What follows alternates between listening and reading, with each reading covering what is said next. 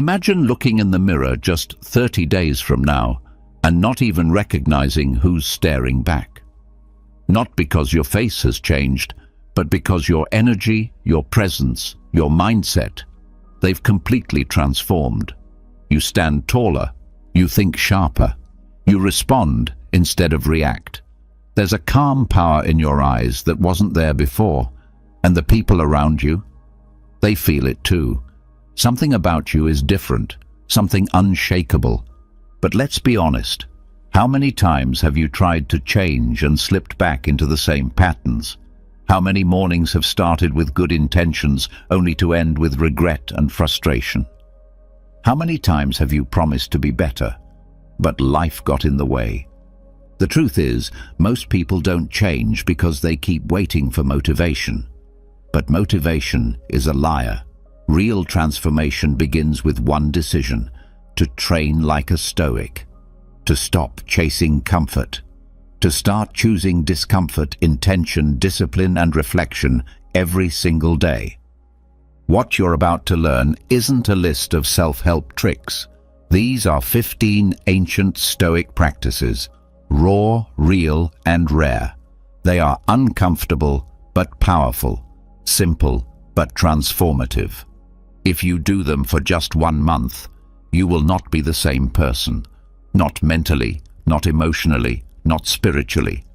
So, if you're ready to stop living the same day on repeat, if you're ready to break the cycle and rewire the way you show up in this world, then say this out loud or write it in the comments right now. Starting today, I train like a Stoic. I will be unrecognizable. This isn't just a sentence. It's your new identity beginning to form. Repeat it, believe it, become it, because after the next 30 days, you're going to look back at who you used to be, and you won't want to go back. Number 1. Embrace daily discomfort on purpose. Most people spend their lives chasing comfort: a soft bed, a warm shower, a full belly, a cozy chair. But ask yourself this: has comfort ever made you stronger? Has it ever made you fearless? Has it ever prepared you for the storms that life throws without warning? No, comfort doesn't make warriors. Discomfort does. Every morning, before the world tells you what to do, choose your discomfort. Not as punishment, but as practice. Take a cold shower, not because you like it, but because it trains your nervous system not to flinch. Walk barefoot on rough ground, not because it's easy, but because it reminds you that pain is temporary and courage is permanent. Fast until noon, not to starve yourself, but to realize that hunger is just a signal, not a command. This is what the ancient Stoics did. Epictetus, born a slave, walked with a limp his whole life. Musonius Rufus, forced into exile again and again, yet never lost his composure. Why? Because they practiced hardship voluntarily, daily. They didn't wait for suffering to show up at their door. They went out and met it. Not to suffer, but to prepare, because life, sooner or later, will test you. The question is, will you be ready? Will you crumble at the first sign of difficulty, or will you stand tall, already trained in the fire of your own will? This is not about being extreme. It's about being intentional. Just one act of chosen discomfort every morning. That's it. One moment where you push your edge, where you prove to your mind that you are in control, not your cravings, not your fears, not your need for ease. Most people wake up and immediately seek pleasure: coffee, scrolling, silence, warmth. But the Stoic wakes up and seeks strength. Here's what happens when you do this every day for 30 days. Discomfort becomes normal. And comfort? It loses its power. You stop being afraid of hard things. You stop complaining when life gets messy. You start walking through challenges with calm, with courage, with command. Think about it. If you train your body to handle the cold, then when the winds of stress hit you at work or in relationships, your mind stays steady. If you train yourself to fast, then when life withholds something from you, love, money, support, you don't fall apart. If you carry something heavy every morning, then when responsibilities weigh on you, your spirit doesn't break. Discomfort isn't the enemy, it's the gym for your character. So starting tomorrow, pick your pain, not randomly, but mindfully. Say to yourself, this moment is mine. I will train discomfort before it trains me. Maybe it's 10 push-ups on the cold floor. Maybe it's holding a plank for a minute longer than you want to. Maybe it's just taking the longer route to work on foot. It doesn't matter how big or small. What matters is that it's real, that it makes you uncomfortable, but stronger. And when it gets hard, and it will, don't say, this hurts. Say, this is training. Say it again and again, until your mind stops running and your soul steps forward. Because once you do this every day, you'll stop asking for an easier life. You'll start becoming the person who can handle any life. And that, right there, is when everything changes. Number 2, practice ego death in conversation. You know that moment when someone says something wrong, completely wrong, and your whole body wants to correct them. Your mouth starts to open. Your heart starts to race. You feel that pull. I have to say something. I have to be right. But do you? Let's tell the truth. Most arguments aren't about truth. They're about ego. They're about proving, showing, protecting. And even when we win the argument, what do we really gain? A bruised relationship? A wasted hour? A tension that lingers in the air like smoke? The Stoics saw this trap clearly. Epictetus once said that it's better to keep your peace than to win the point. Marcus Aurelius wrote, "You don't have to turn this into something. It doesn't have to upset you." These men weren't passive. They were powerful. But their power didn't come from domination. It came from detachment. And that's what this practice is about. Letting go of the need to be right. Just once a day, choose to let someone else have the last word, even when they're wrong. Especially when they're wrong. Not because you agree, not because you've given up, but because your peace is more valuable than your pride. This is ego death in motion, and it's harder than it sounds. Because the ego doesn't go quietly. It fights, it whispers in your ear. They'll think you're weak. They'll think you don't know. They'll think they won. But the truth is, the strongest person in the room is the one who doesn't need to prove it. The most confident soul is the one who can stay silent and still know who they are. Try it today. When someone makes a snide remark, don't bite. When someone talks over you, let them. When someone explains something you already know, nod and listen. Not because they're right, but because you are free. Free from the need to be seen, free from the addiction to winning, free from the trap of ego. And what you'll notice is this: the less you fight for your ego, the more peace you feel in your body. Conversations become lighter. Your chest stops tightening. Your mind stops rehearsing comebacks. You stop carrying around the weight of every argument you should have won. This is not weakness. This is discipline. It's saying, I don't need to defend myself today. I know who I am. And little by little, you rise above the noise. People start to feel something different in you, a kind of stillness, a kind of quiet strength, a kind of depth that doesn't come from knowing more, but from needing less. You start becoming someone others trust, not because you always speak, but because you know when not to.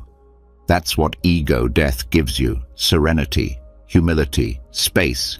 So try it every day. Let someone else have the last word. Then breathe, smile, walk away without tension in your spine. You don't need to be right every time. You just need to be unbothered. And that, right there, is the mark of someone who's becoming unrecognizable in the best possible way. Number 3. Take the view from above before sleep. Before you close your eyes tonight, before you drift off into sleep and carry the weight of your day into your dreams, do this. Zoom out. Start in your room. Picture yourself lying there, in that one bed, in that one moment. Now rise a little higher. See your house from above. You're one small figure inside a structure of bricks and beams. Then go higher still, your street, your neighborhood. All the lights, all the people, each wrapped in their own worries and routines. Keep going. Your city, your country, the shape of continents, the curve of the planet. And then, space. Now you're looking at Earth itself, spinning quietly, floating in the dark. No sound, no urgency, no noise, just the small, silent blue world, your home, rotating with perfect indifference to your fears, your plans, your arguments, your bank account, your missed messages, your career path, your Instagram likes, your to-do list, your shame, your pride, everything small. This is what Marcus Aurelius practiced almost every night. He called it the cosmic perspective. Because when you see life from above, from way above, something magical happens. Your problems shrink. Your mind settles. Your breath deepens. You remember what actually matters and what doesn't. You realize how much time is wasted worrying about things that won't even be remembered in a week, let alone in 1,000 years. You realize how many arguments, fears, and doubts are just dust in the grand story of the universe. You realize that all you are and all you have is this moment. And that's enough. The Stoics weren't cold philosophers. They were warm souls seeking peace in a world full of chaos. And they understood that peace doesn't come from controlling everything. It comes from seeing everything clearly, from zooming out. And this isn't just some poetic bedtime exercise. This changes your brain. Science has shown that when you shift your focus to something bigger than yourself, your stress hormones drop. Your emotional system resets. Your nervous system calms down. It's like tucking your soul into bed. So tonight, before you fall asleep, don't scroll, don't analyze, don't overthink. Just lie down, close your eyes, and rise. Rise above your body, above your day, above your story. Let yourself feel small, not in a way that shrinks you, but in a way that frees you. Because when you realize how vast this life is, how wide the world is, how ancient the stars are, the drama of today loses its grip. You stop clenching, you stop chasing, you stop needing so much. You just rest. And in that resting, you grow, not by force, but by perspective. This is how you end your day like a Stoic. Not with regret, not with noise, but with awe. So tonight, try it. Rise above, let go, and sleep with the stars watching over you. Because once you start seeing life from above, you stop being controlled by what's beneath you. Number 4, plan your month in reverse. Most people create their calendars with lists of things to do: meetings, goals, workouts, habits, appointments, tasks. And there's nothing wrong with that. But the Stoic path is different. It doesn't just ask, what will you do? It asks something much deeper. What will you refuse to become? This is reverse calendar planning. Instead of planning what to chase, you decide what to avoid. Instead of focusing on how to get more done, you focus on how to stay undisturbed, unshaken, and unmoved by the noise of the world. Because let's be honest, most of our suffering doesn't come from not doing enough.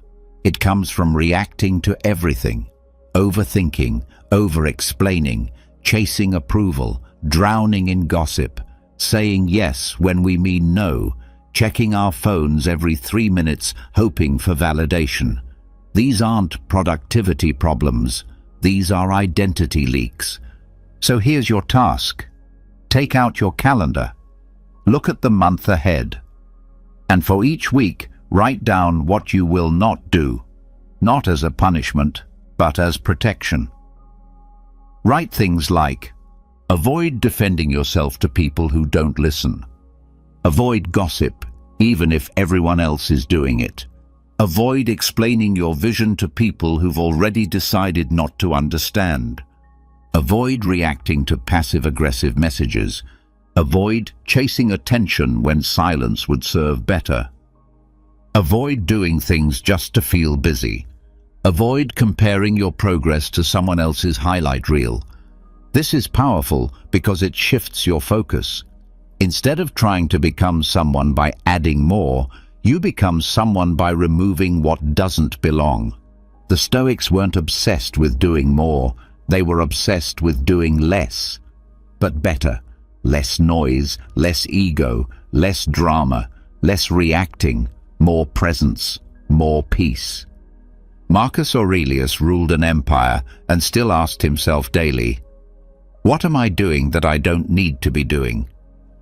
Epictetus taught his students to withdraw from unnecessary entanglements and choose silence over struggle. Why? Because clarity doesn't come from piling on. It comes from subtracting the things that cloud your mind. Try this every Sunday. Look at the week ahead. Ask yourself not just what needs doing, but what needs avoiding. Not just what's urgent, but what's unworthy. Ask, what kind of person do I refuse to become this week? And let that shape your choices. When you do this long enough, your calendar starts to look different. Quieter, cleaner, sharper. You're not just busy, you're intentional.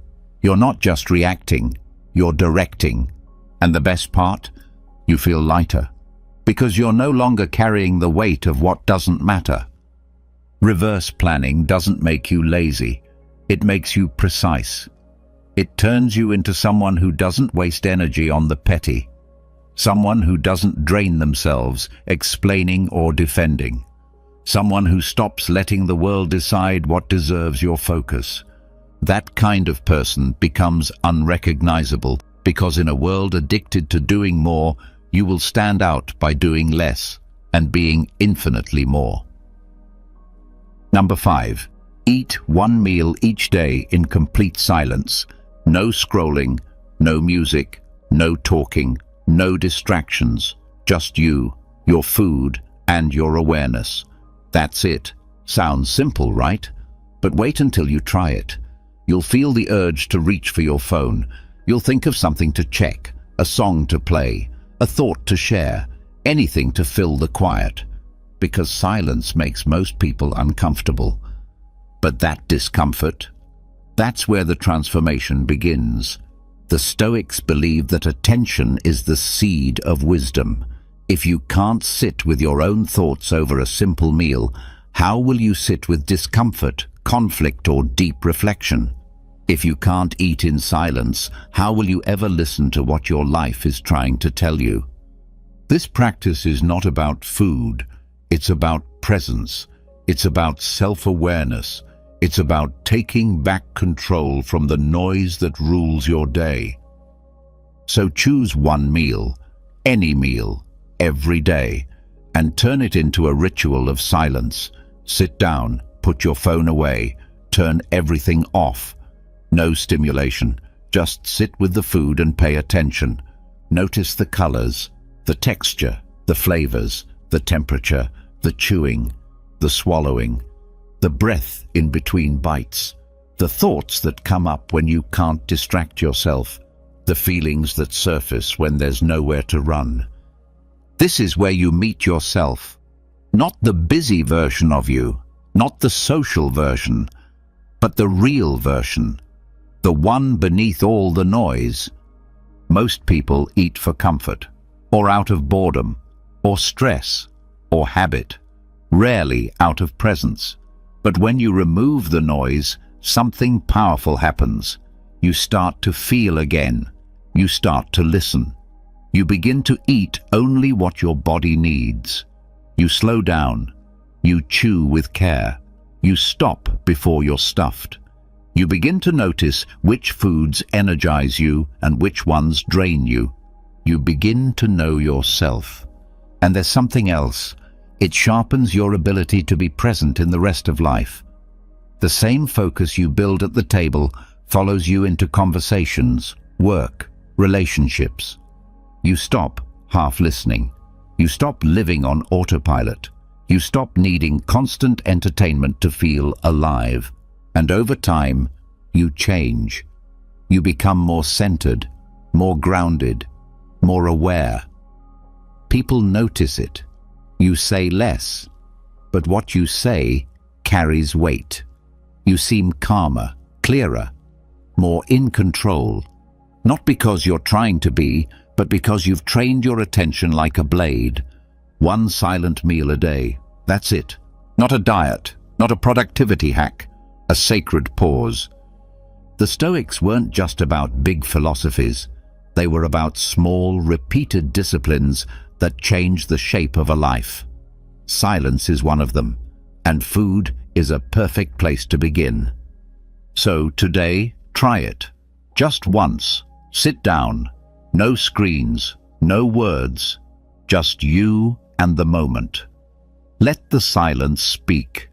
Because when you can sit in silence without needing to escape it, you're not just feeding your body anymore, you're feeding your soul.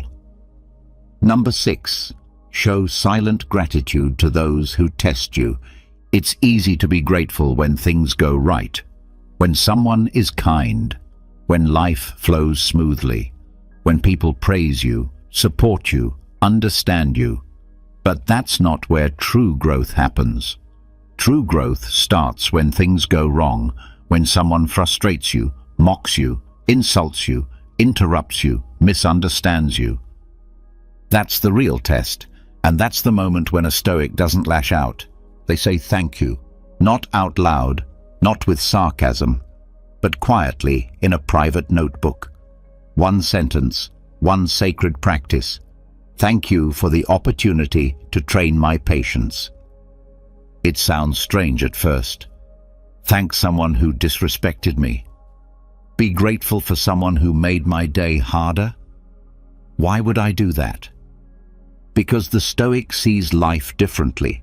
The Stoic understands that enemies are instructors, that difficult people are mirrors, that every insult, every annoyance, every emotional jab is a gift, an invitation to train. Train what?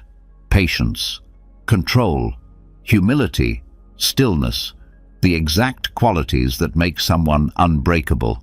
Think about it. What shakes you the most? Is it the delay in traffic, the rude tone from a coworker, the passive-aggressive comment from someone close to you? These aren't accidents. These are weights sent to the gym of your soul. You can curse them, or you can lift them. The Stoic lifts. So every time someone frustrates you today, don't react. Don't retaliate. Instead, hold your response. Breathe. Then later, open your notebook and write just one line of gratitude. Not to fake it, not to deny your feelings, but to redirect them. Because once you train your brain to associate discomfort with growth, you become impossible to offend. That's the goal. Not to live in a world without problems, but to become the kind of person who doesn't fall apart when they appear. The kind of person who thanks difficulty instead of fleeing from it. This isn't about weakness, it's about control. It's easy to snap, easy to complain, easy to gossip, but it takes strength to stay calm. It takes wisdom to thank the very person who challenges your peace and use that challenge to grow deeper into it. Do this for 30 days. Every time someone gets under your skin, write their gift to you. Thank you for the opportunity to practice forgiveness. Thank you for showing me where I still react. Thank you for helping me test my ego. Thank you for sharpening my discipline. Thank you for reminding me that I still have work to do. This will change your posture. You'll stop walking around braced for conflict.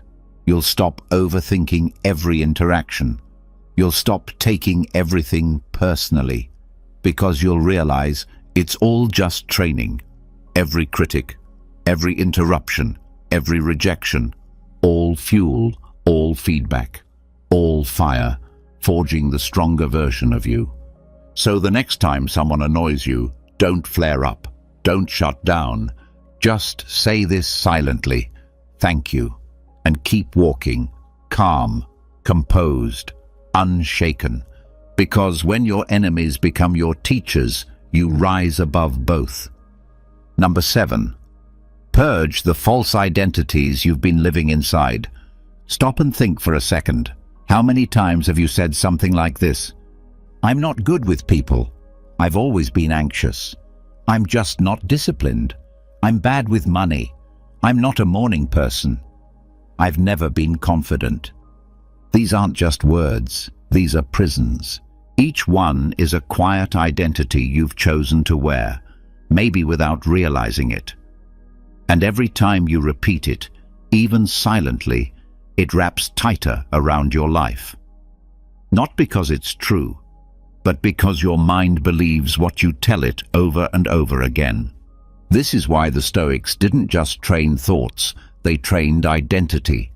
Epictetus said we are disturbed not by things, but by our views of things. And the most dangerous view is not of the world, it's of ourselves. So today, you're going to do something that will feel strange, maybe even emotional. You're going to purge the old you. Set aside 30 quiet minutes. Grab a pen, sit down with honesty, and write. Every label you've carried that limits you, every role you've clung to that causes you pain, every story you've been telling yourself that keeps you small, get it out. No filters, no shame, just truth. Write, I'm bad at relationships. I always mess things up. I need people to like me. I'll never be successful. I'm just not lucky. I'm not strong enough.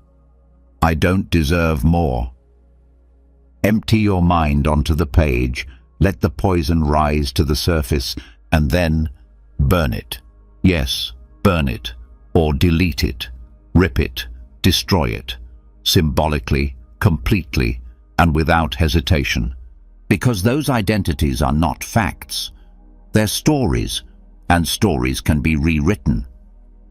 The Stoics believed suffering comes not just from what we face, but from what we believe we are in the face of it.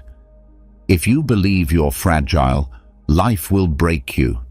If you believe you're powerless, you won't fight. If you believe you're small, you'll never step into your real strength. But once you strip away those old labels, something amazing happens.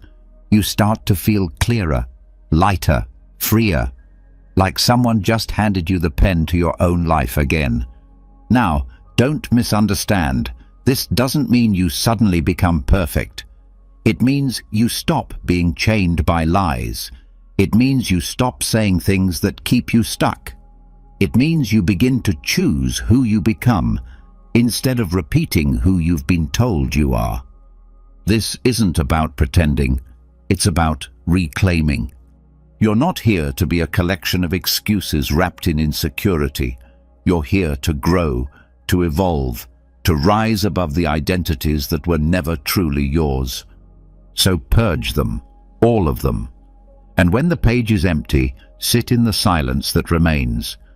In that silence is the real you, unlabeled, unafraid, untamed. And from that silence, speak something new, one phrase, one identity. Say it softly. I am not my past.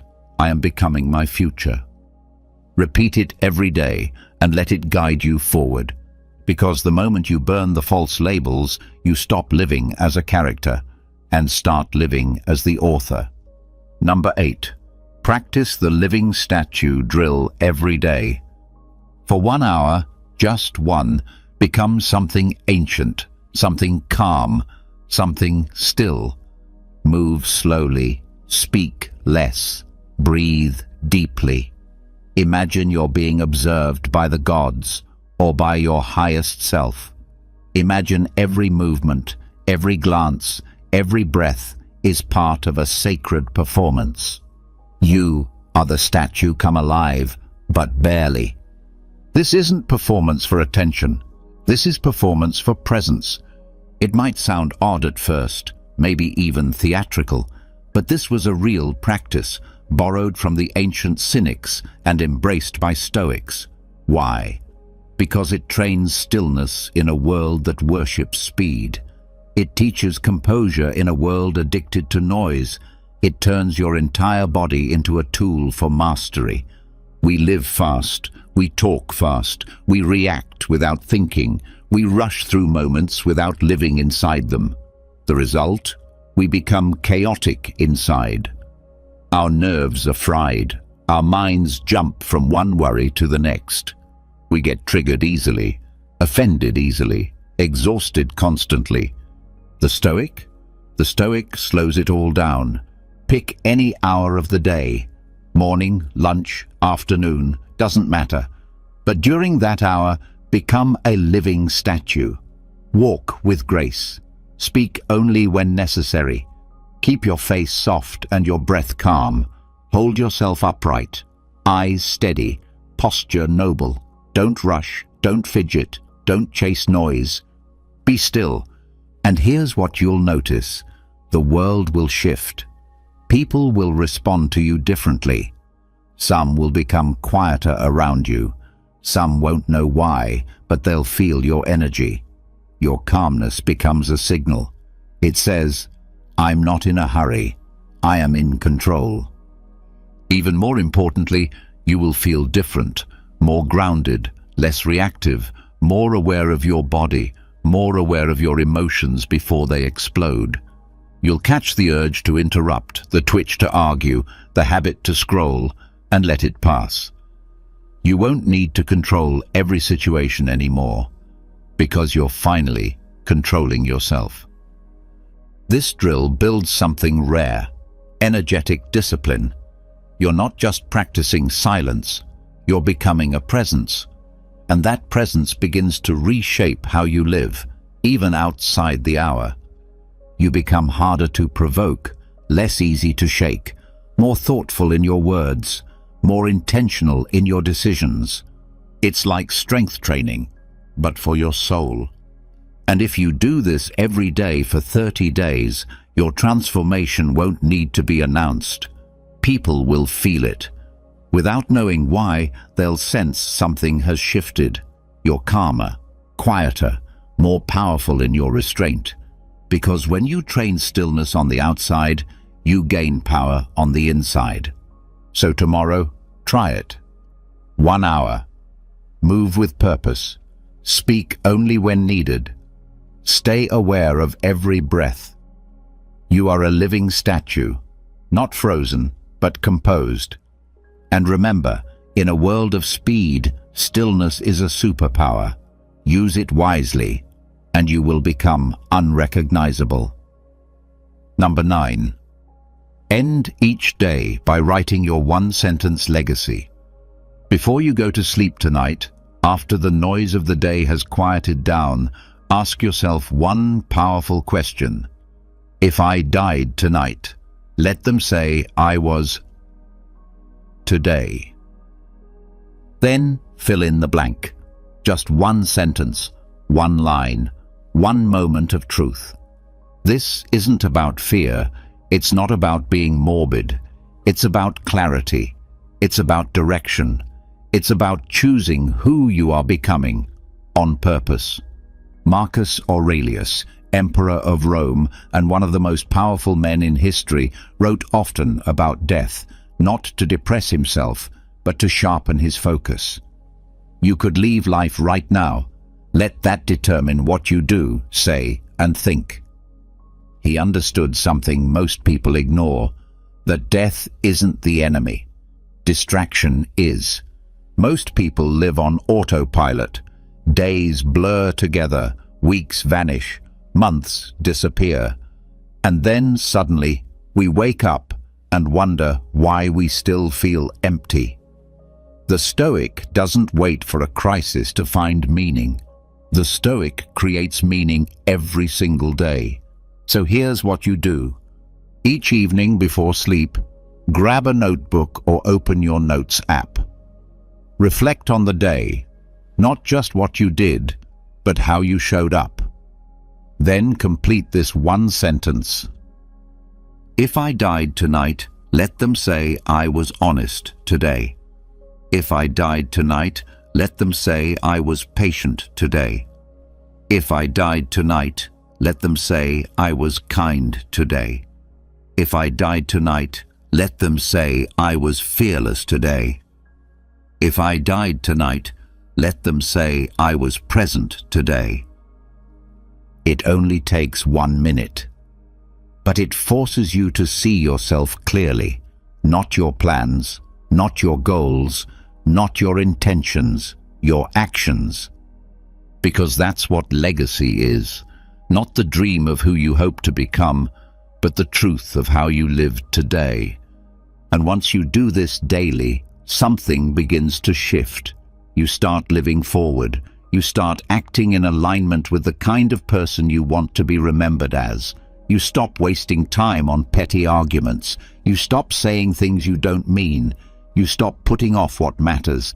Instead, you wake up with purpose and end the day with reflection.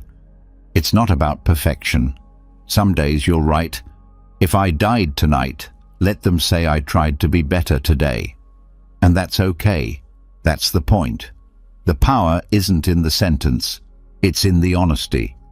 Because when you look at your day through the lens of legacy, your excuses fade, your ego softens, your values rise. And little by little, day by day, sentence by sentence, you become the person worth remembering. So tonight, don't scroll until you fall asleep. Don't carry the weight of the day into your dreams. Pause, breathe, reflect. Write your legacy in one line. Because one day, that sentence won't be practice, it'll be real, and you'll want to know that you lived like it mattered. Number 10. Disrupt your inner narrative with one powerful phrase. This is training. Your mind is always telling a story, quietly, constantly. Every situation, every delay, every inconvenience, it wraps it in meaning. The traffic jam, this is unfair. The rude customer, why me? The unexpected expense, just my luck. The emotional meltdown, I can't take this anymore. And just like that, without even noticing, you start living like a victim in your own life, as if the world is attacking you, as if life owes you comfort, as if every challenge is a punishment. But what if it's not? What if every single moment, especially the annoying, painful, chaotic ones, wasn't personal sabotage, but personalized training? This is the shift, the Stoic shift, and it begins with 4 words. This is training. Say it when you're stuck in traffic. Say it when someone cuts you off mid-sentence. Say it when your plans fall apart. Say it when your heart feels heavy for no clear reason. This is training.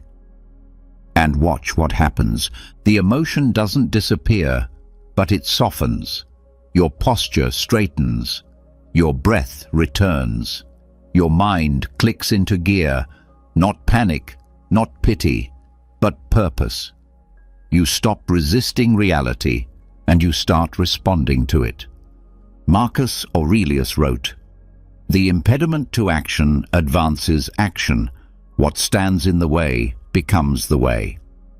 He didn't just mean big life obstacles, he meant the daily ones, the tiny frustrations, the invisible annoyances. These are your gym, these are your weights, these are your drills. Flat tire? This is training. Criticism at work? This is training. Didn't sleep well? This is training. Someone misunderstands you? This is training. Everything feels off today? This is training. It's all part of the curriculum. And when you view life this way, you stop needing it to be easy. You stop waiting for the perfect day to show up fully. You stop crumbling under pressure and start rising inside it. This isn't about being fake positive, it's about being purposeful. You're not denying the discomfort, you're assigning it value. And this matters because the story you tell yourself is the life you live. Complain in your mind, and the world becomes unbearable. Train your mind, and the world becomes your dojo. So, starting now, make this phrase your mental default. Write it on your mirror. Set it as your phone background. Whisper it when your nerves spike. Shout it, silently, when everything goes wrong. This is training. Because it is. Life isn't trying to break you, it's trying to build you. And the faster you realize that, the faster you grow. So catch your next complaint, interrupt it, replace it, and let your life become what it was always meant to be. Not easy, but meaningful. Not perfect, but powerful. Not soft, but sculpted. This is training. Live like it. Number 11. Fast from one emotion once a week. Every week, pick one emotion that owns you, not just visits you, but controls you. The one that shows up the fastest, speaks the loudest, and lingers the longest. Maybe it's irritation. Maybe it's envy. Maybe it's anxiety. Maybe it's the need to be liked. Maybe it's that sudden flash of anger when things don't go your way. Pick it, name it, and then fast from it, just like you would with food. But this time, instead of sugar or caffeine, you're cutting off your addiction to that emotion for 24 hours. This isn't suppression. You're not pretending it doesn't exist. You're just choosing to observe it instead of indulge it. You're saying, I see you, I hear you, but I'm not feeding you today. That's it. The Stoics understood that most people aren't enslaved by events, but by their emotional reactions to those events. Epictetus said, "It's not things that upset us, but our judgments about them." And most of those judgments are fueled by habits we don't even know we have. So when you fast from an emotion, you're breaking the automatic loop. You're rewiring the space between trigger and reaction. You're putting your hands back on the steering wheel of your nervous system. Let's say you choose irritation. Every time it rises, someone talks too loudly, something takes longer than expected, a plan changes. Just pause, breathe, watch it rise, but don't act on it. Don't speak through it. Don't let it write the script. Just watch. Or maybe it's envy. Every time you see someone's life looking shinier than yours, notice the sting. But don't follow it. Don't scroll. Don't spiral. Don't start the "why not me" narrative. Just breathe. Observe. Release. Or anxiety. Every time your chest tightens or your mind jumps ahead into worst-case scenarios, catch it. Label it. But don't feed it. You don't need to solve it. You just need to stop reinforcing it. Here's what happens when you do this once a week. Your mind slows down. Your nervous system starts to trust you again. You begin to separate you from your emotions. And that is freedom. You realize you can have anger without being angry. You can feel anxiety without becoming anxious. You can witness envy without becoming bitter. You stop identifying with every emotion that passes through you and instead start treating them like weather, real, present, but temporary. And with each emotional fast, you build a kind of invisible armor, not coldness, not detachment, but control, calm, clarity. This is emotional sobriety. This is what power looks like on the inside. So once a week, choose your fast. Announce it to yourself. And when the emotion rises, meet it with awareness, not reaction. Because the Stoic doesn't run from emotion. The Stoic trains it, shapes it, owns it.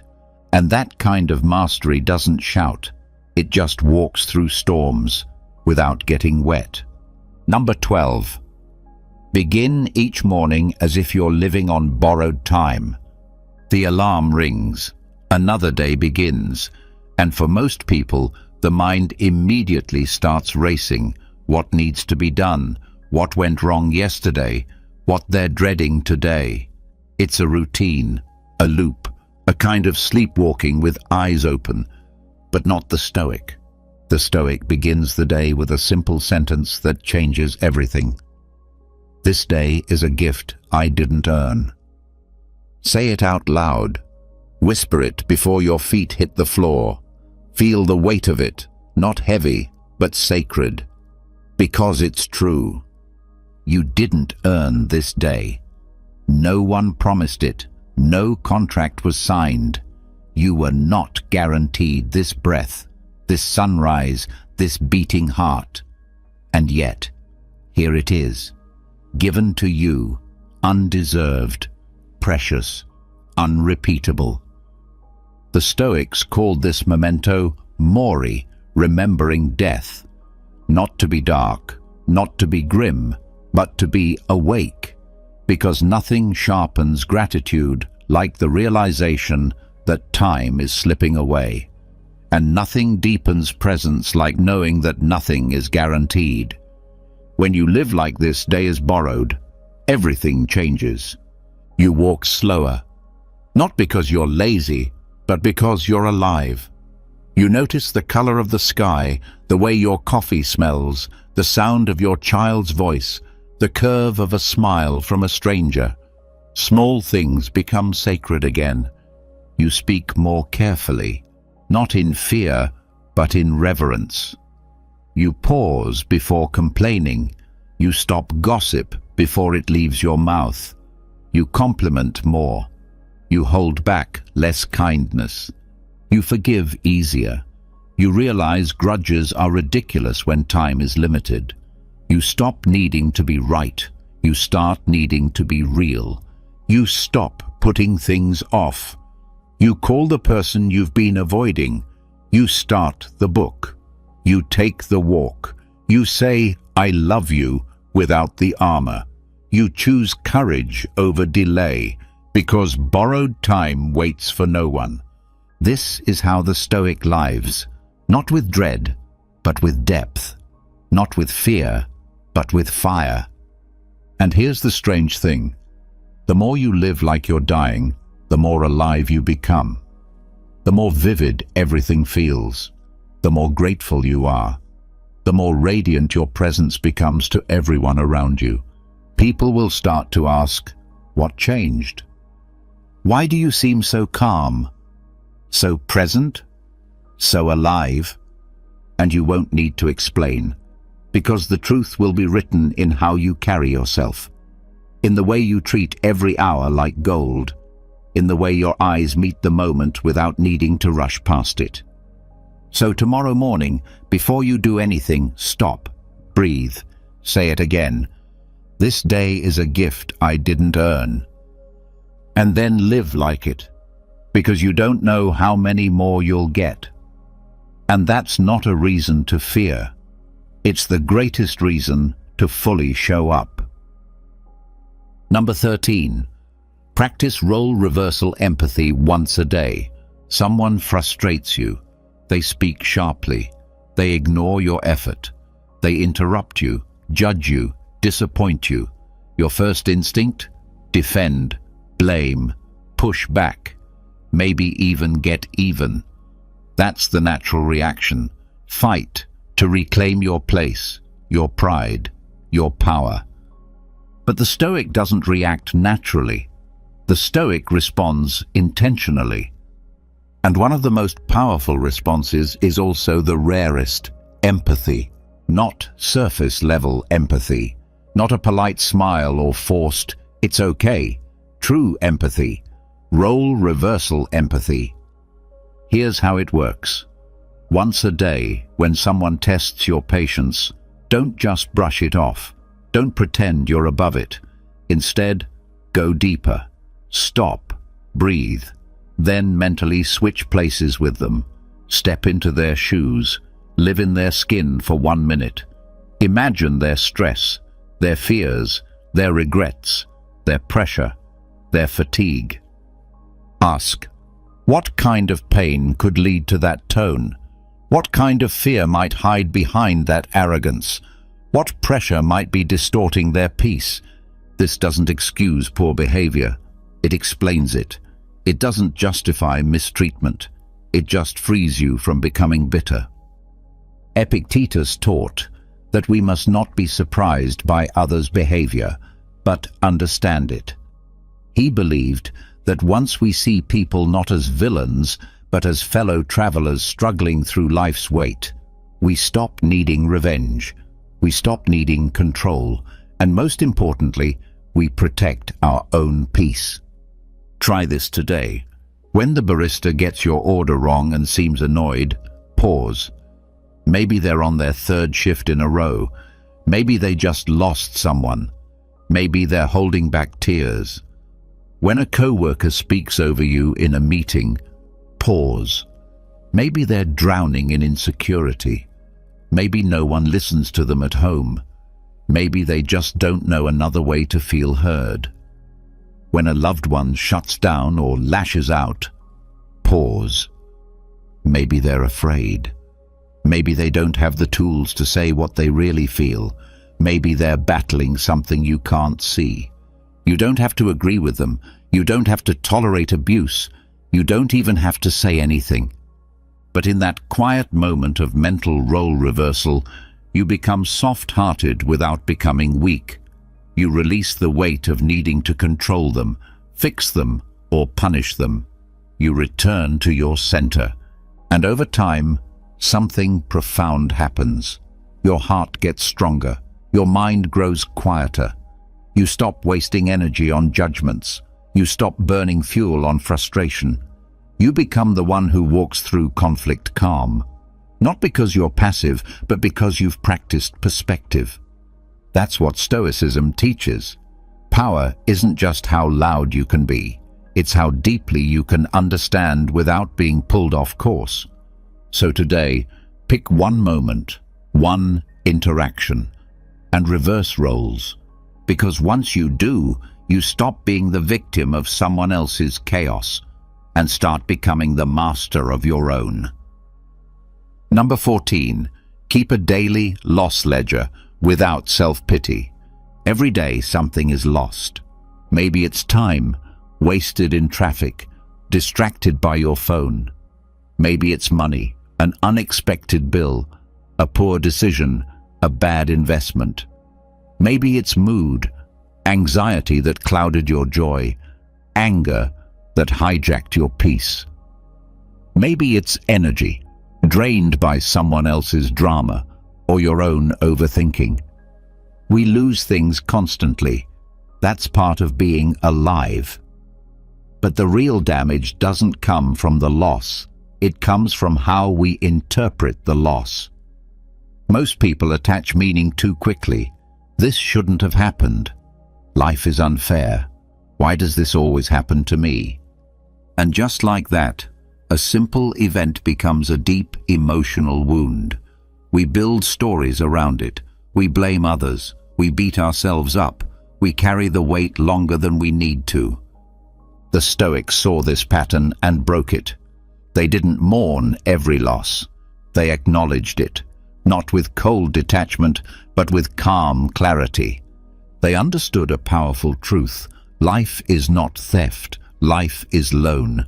Nothing you have is truly yours. Not your time, not your possessions, not even the people you love. Everything is on loan, from the universe, from fate, from time itself. And one day, it will be returned.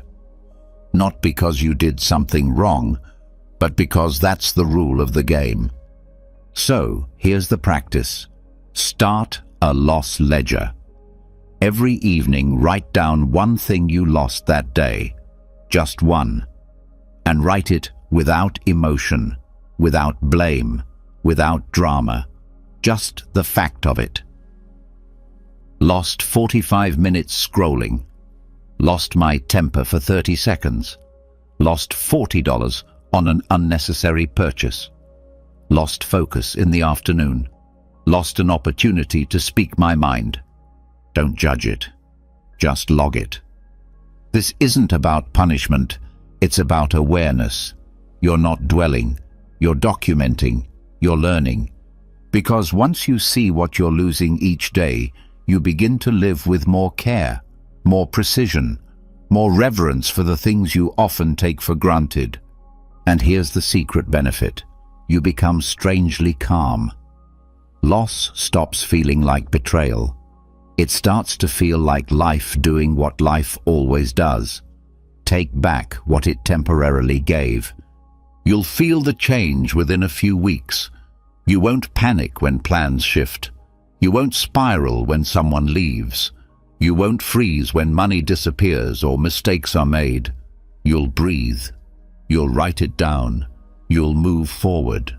Because you've trained yourself not to cling. The Stoics didn't ask for a world without loss. They trained for a mindset that could hold loss without collapsing. That's what this ledger builds, not coldness, but emotional maturity. So tonight, start with one line. One truth, one moment of release. And if it hurts, let it hurt. But don't let it own you. Write it, acknowledge it, close the book, sleep in peace. Because once you understand that life is not a possession but a permission, you stop resisting the flow and start moving with it. That's not weakness, that's wisdom. Number 15. Lock in your future identity with one daily signature act. There's a version of you that only exists in your mind right now. The version that wakes up early and clear-headed. The version that speaks calmly under pressure. The version that leads with purpose, walks with presence, and doesn't flinch when life throws punches. The version you want to become. Not someday, but now. But here's the truth. You don't become that version by wishing. You become it by doing one thing over and over again until it becomes non-negotiable. This is the daily signature act. One small, deliberate behavior you perform every single day. Not for results, not for motivation, not for show, but as a ritual to say, this is who I am becoming. It could be a long walk at dawn when the world is still sleeping and your mind is clearest. It could be a short, cold shower where you train your body to obey when comfort says no.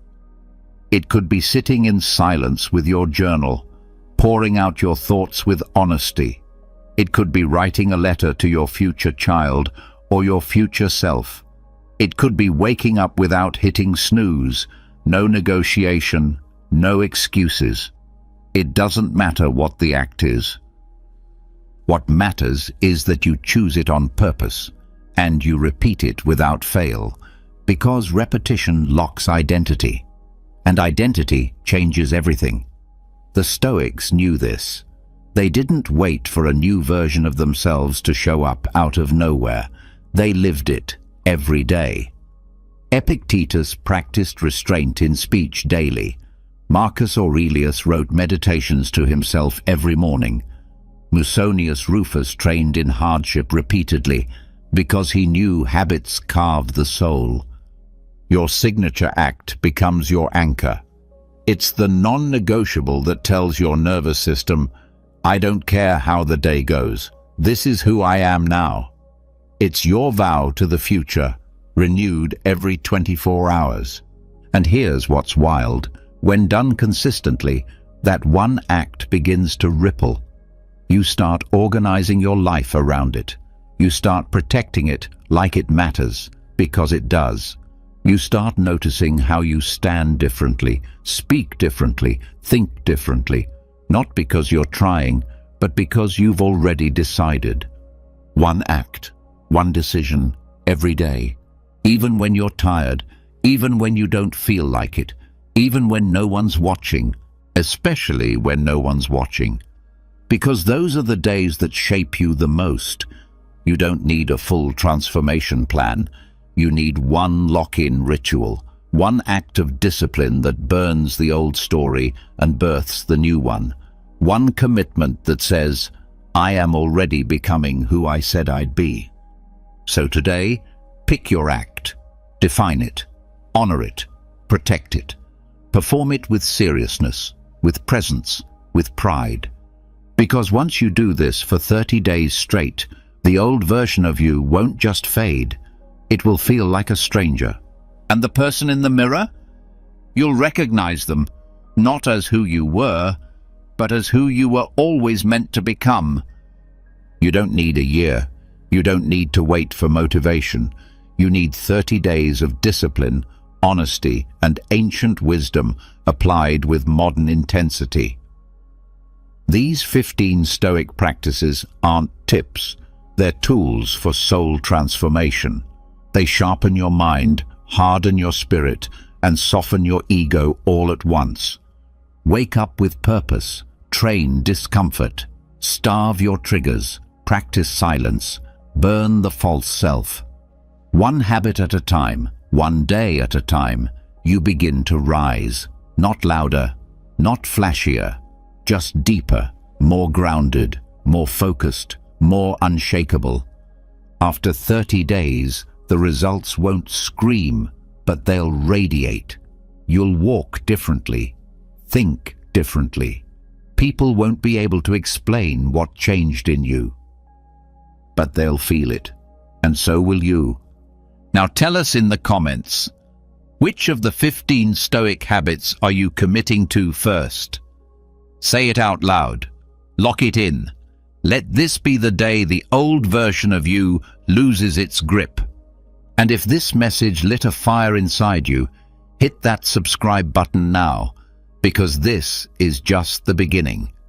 The new you isn't coming. It's being built. We live in a world constantly filled with distractions and persistent worries, making it incredibly easy to slip into the snare of overthinking. Marcus Aurelius, the renowned Stoic philosopher and Roman emperor, reminded us of a timeless truth. The power over our minds lies within us. Although we cannot influence external events, we do have complete control over how we respond to them and how we process them internally. If this is your first time visiting my channel, I kindly ask you to support this work by subscribing and liking this video. That simple act helps me continue to create more content like this in the future. Stay with us until the very end, because the final tip in this video about overcoming analysis paralysis will challenge you to deeply reflect on your life so far. Walk with us through this message and discover a truth that could shift the way you see your own journey. The common struggle of having a noisy, restless mind filled with endless thoughts is something we all encounter at some point. The frustration of feeling caught in an infinite loop of mental chatter, paralyzed by indecision, and overwhelmed by constant evaluation. These are burdens many of us carry.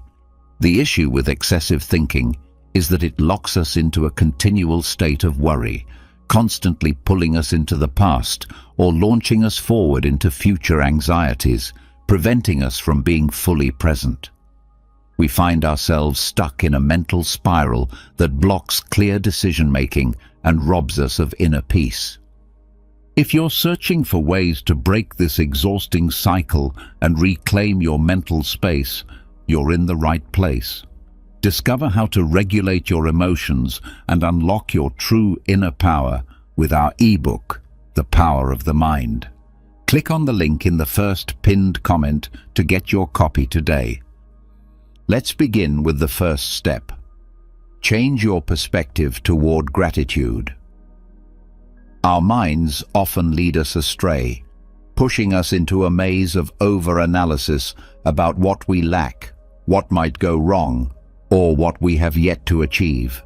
This endless loop can leave us drained and discontent. Overthinking frequently grows from a mindset focused on what's missing or negative, which overshadows the good already present in our lives.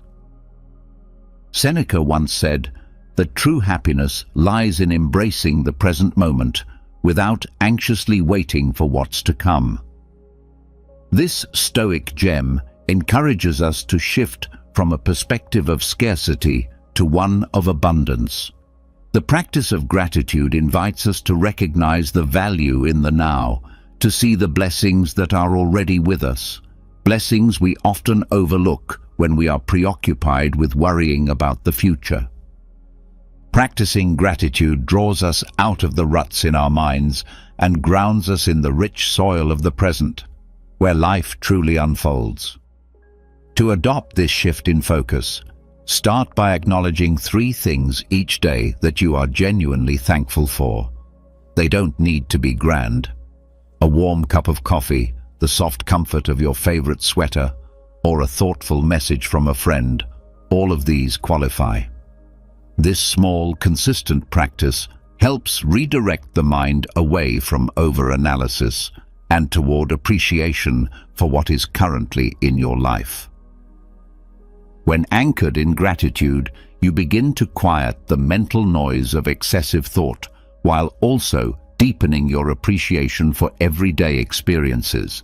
Gratitude enhances the positives in life and gradually transforms your inner dialogue from one of lack to one of abundance. Over time, this new way of seeing things can reshape how you approach life's challenges, turning them into occasions to be even more thankful for what is already good in your world. This shift isn't just about feeling better in the present, it's about building a foundation of inner contentment that can carry you through the inevitable highs and lows of life. Next, embrace impermanence and the art of letting go. Let's be honest. Our minds often get stuck in loops, replaying past mistakes or fixating on what might happen next. This mental playground of excessive thought is where ideas become clingy and overstay their welcome. It's a struggle that doesn't discriminate. Whether you're a student stressed over exams, a professional anxious about a big presentation, or simply someone trying to fall asleep while your mind races, the challenge is real. But even in this mental chaos, we can find solace in the wisdom of Epicurus, who once said that a man who fears death will never do anything meaningful while he's alive. Though it might sound intense, at its core, this quote speaks to the essential Stoic idea of impermanence. Everything changes, including those thoughts that seem to have built a permanent home in our heads. Often we treat our thoughts as if they are fixed parts of who we are, as if they are unchangeable. But Stoicism gently reminds us that nothing is truly permanent, not even the thoughts that weigh us down. Letting go doesn't mean giving up. It means acknowledging that we don't need to hold on so tightly.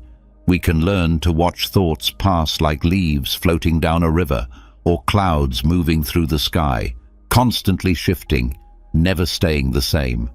Accepting impermanence means understanding that our thoughts come and go. They are not eternal.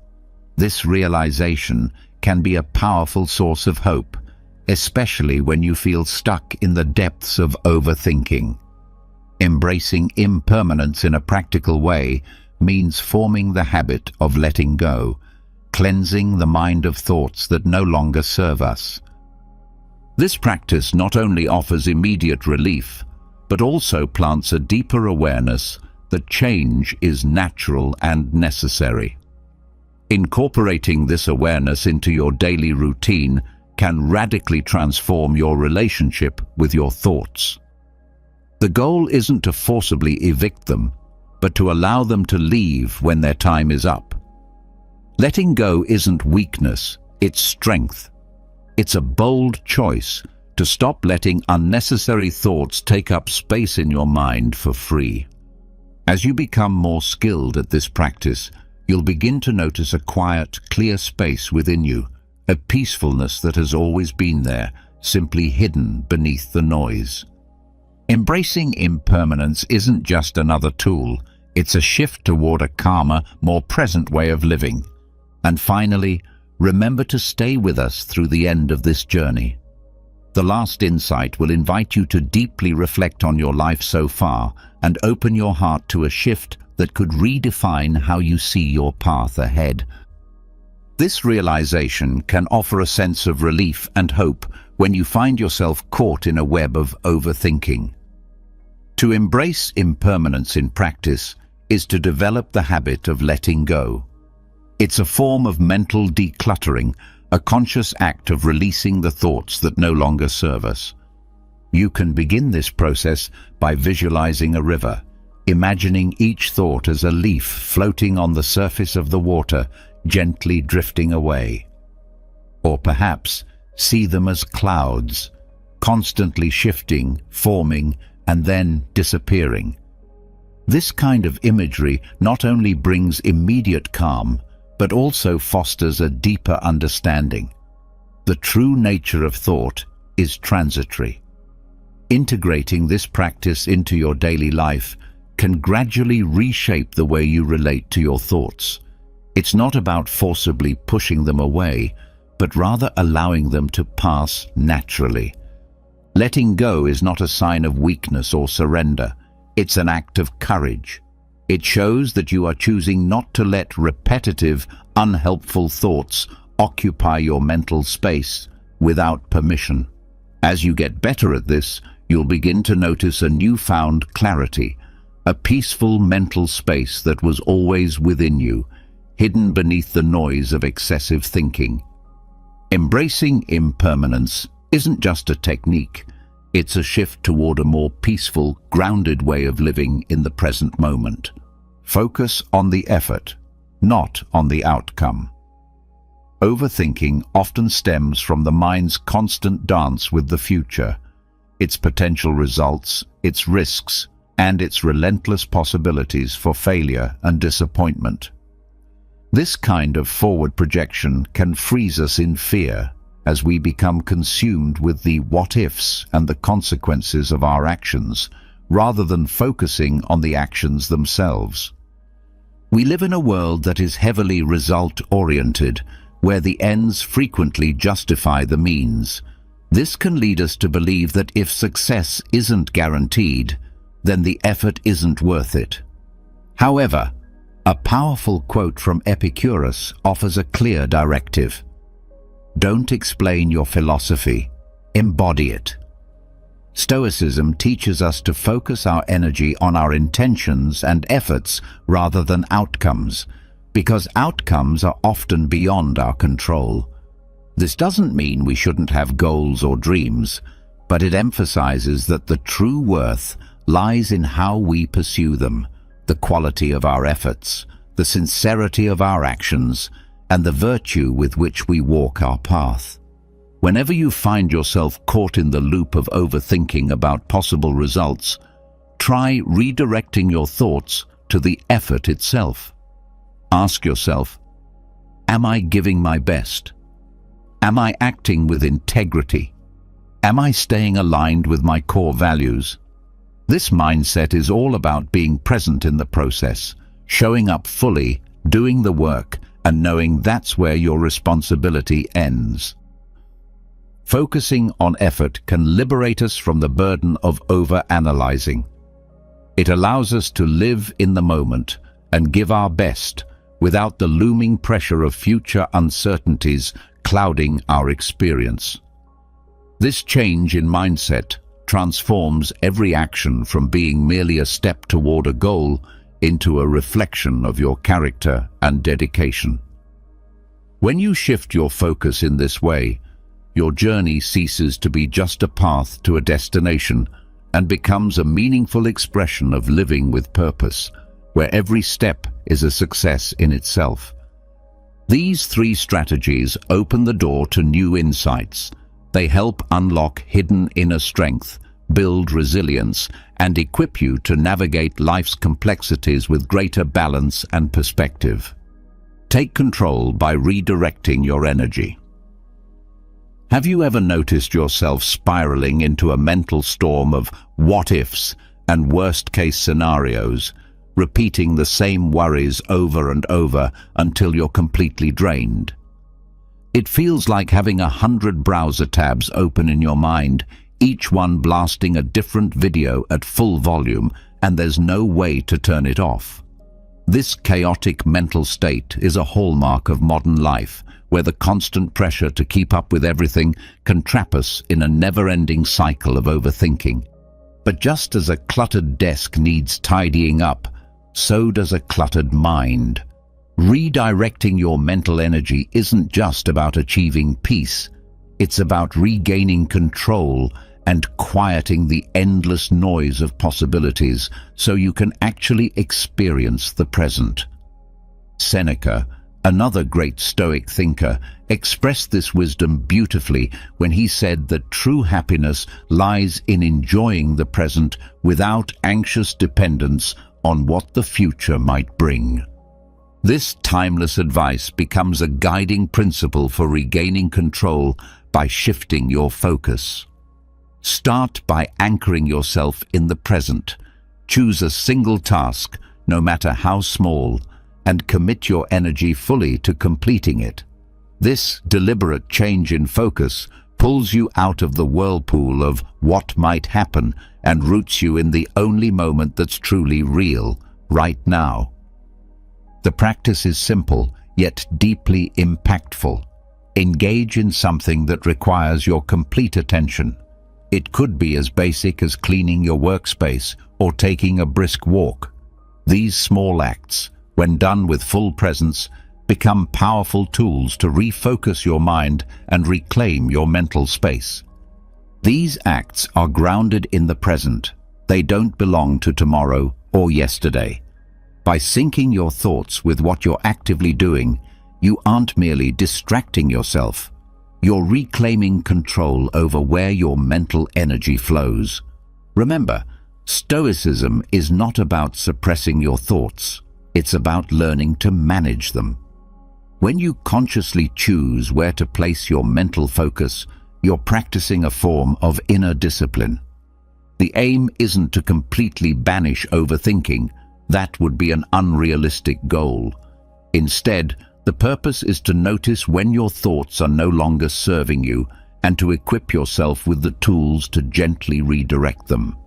This is much like training a muscle. The more consistently you exercise this redirection, the stronger and more resilient you become. Over time, you'll find that the once overwhelming flood of excessive thoughts can, in fact, be tamed through deliberate action and a grounded presence in the here and now. Picture your overthinking as something external to you, like a force that doesn't originate from your core self, but instead looms in your mind like a thick fog on an otherwise bright and sunny day.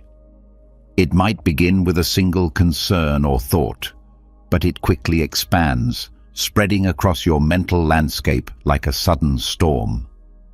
In our modern world, we are endlessly bombarded by information, like hail pelting down during that storm, and our minds become flooded with questions like, what if, what now, or what could have been?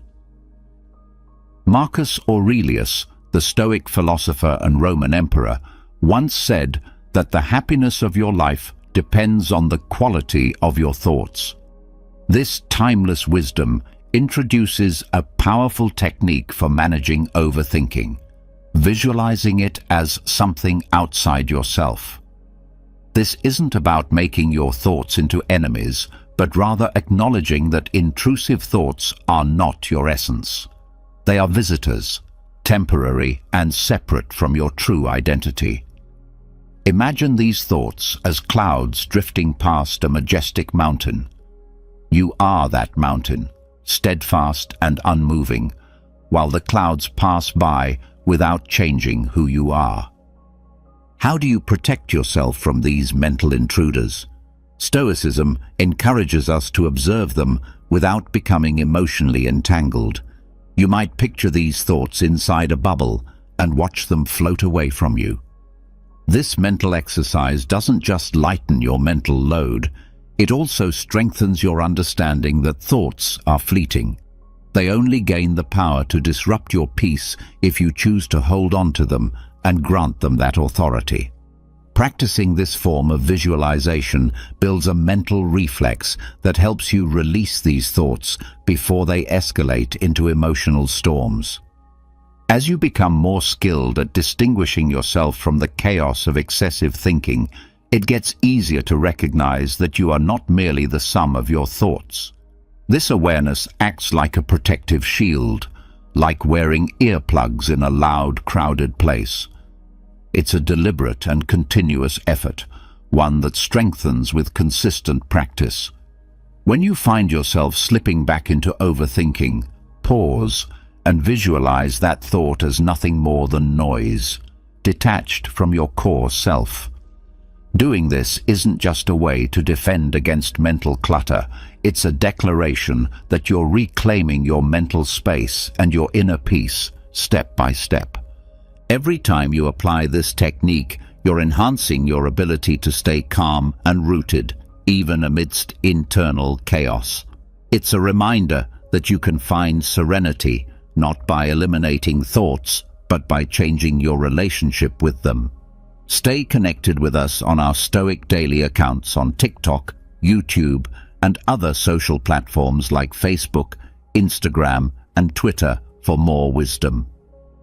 Another powerful method to manage overthinking is to create a designated worry period. Worrying is part of the human experience. These concerns often linger at the back of our minds, like the constant hum of a refrigerator, sometimes barely noticeable, yet always present. Such worries can hijack your thoughts at any time, when you're trying to work, spending time with friends, or attempting to fall asleep.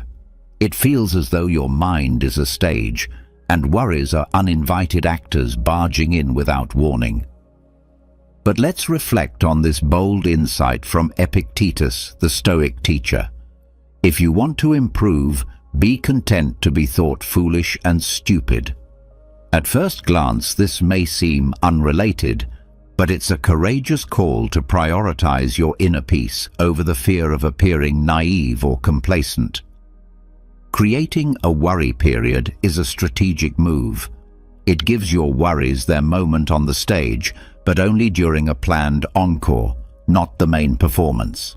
Set aside a specific time each day, maybe 20 minutes in the afternoon, when you allow yourself to focus completely on your worries. During this window, dive into those concerns, examine them, trace their roots, write down what's truly bothering you. Ask yourself, how likely are these scenarios? What actions can I take, if any? This focused session often reveals that many of your fears are like shadows, large in appearance but lacking substance. By confronting them intentionally, you strip them of their power.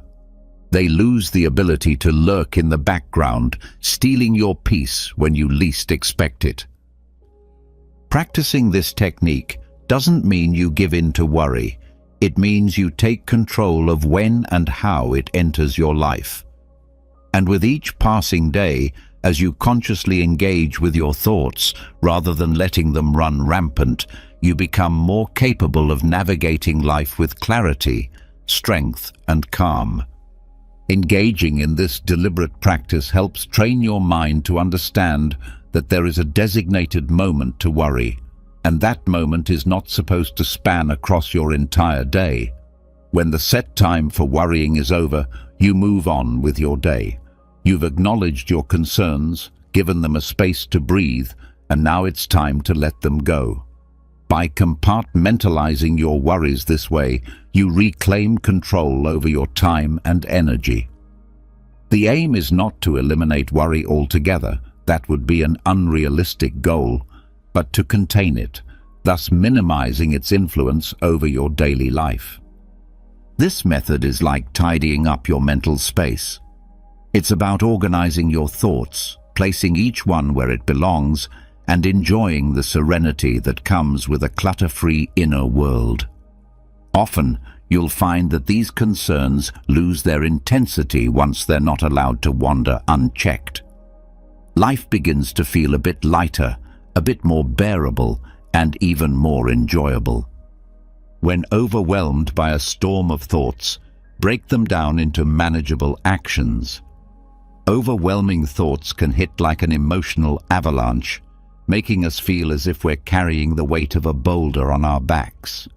Our problems seem to carry the weight of the world, and we find ourselves buried under the thick fog of our own minds.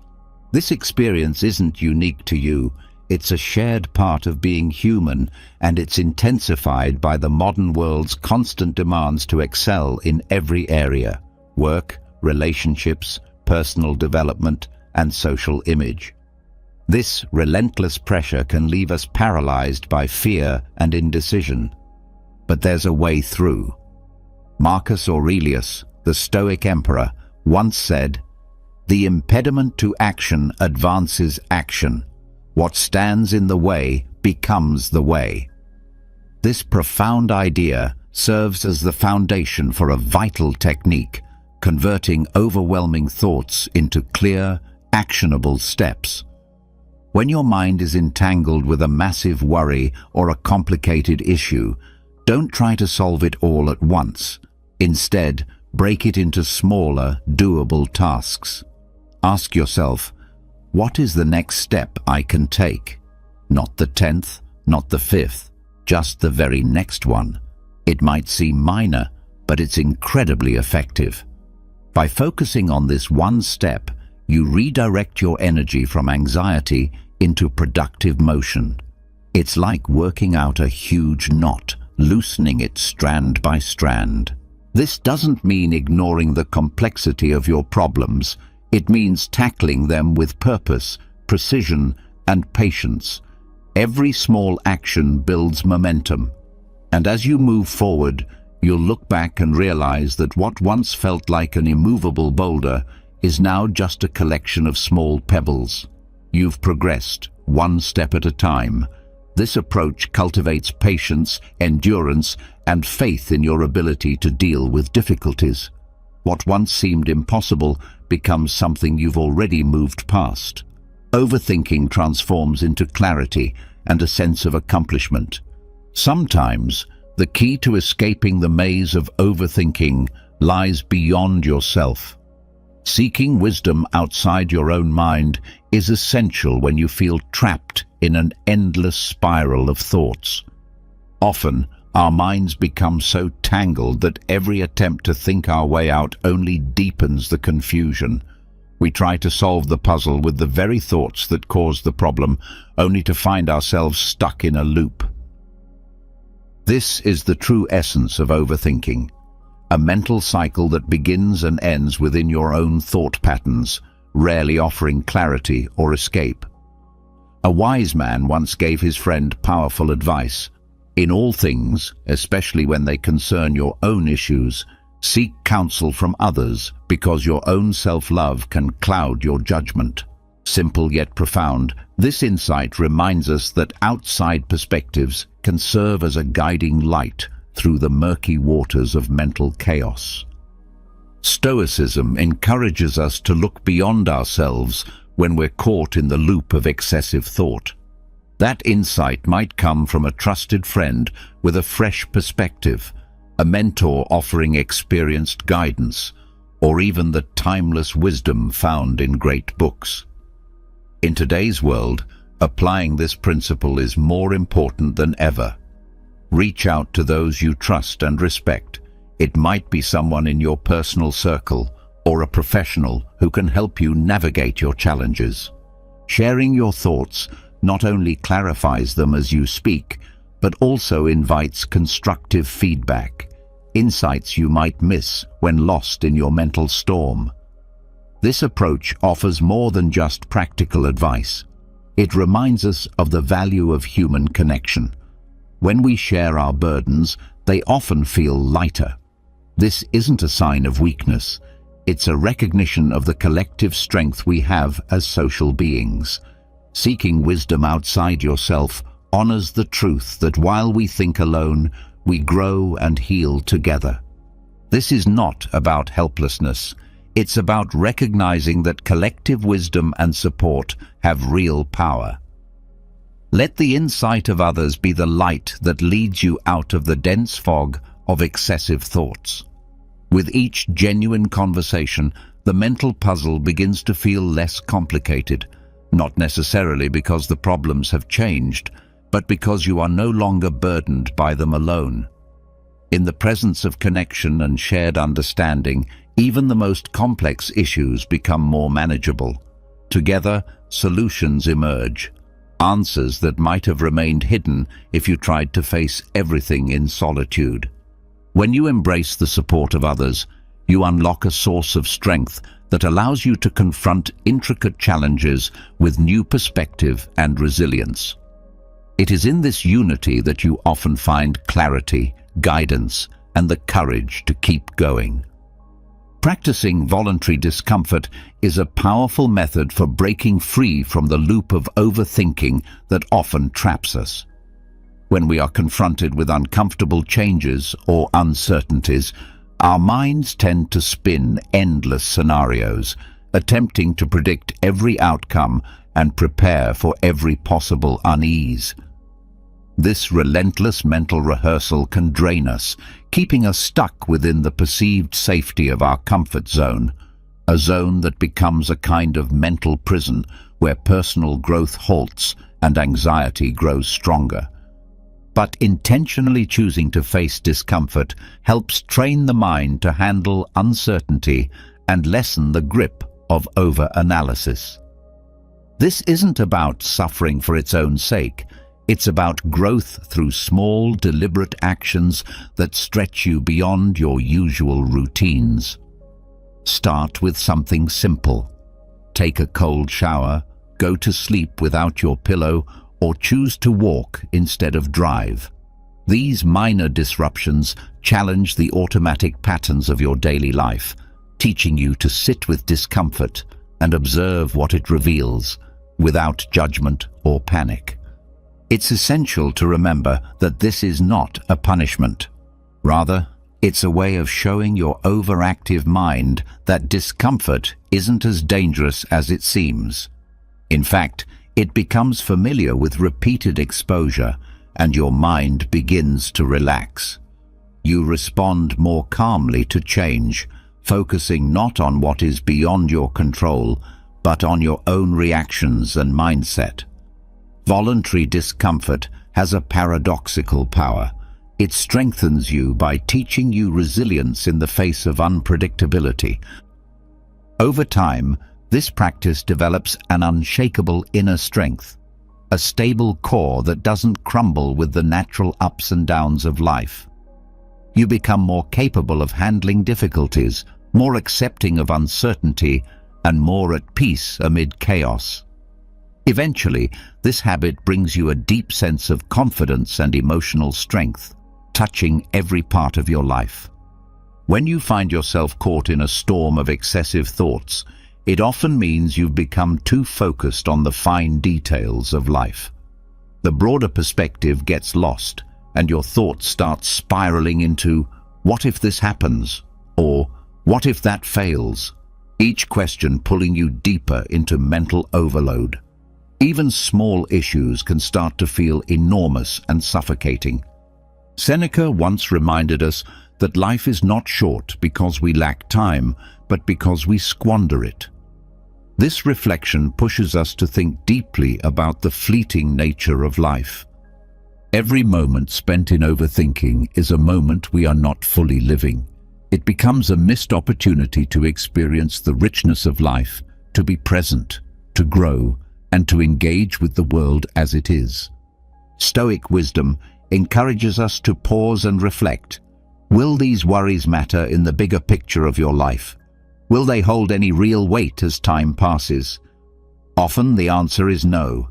That realization can be incredibly freeing. It invites us to take a step back and view our lives as a whole, to see how many of our current fears and doubts are temporary, and in the grand scheme, often insignificant. When you're overwhelmed by your thoughts, take a moment to breathe and remember, life is brief. Ask yourself whether this mental storm is truly worth the limited time you have. Reflecting on the impermanence of life doesn't lead to gloom, it leads to gratitude.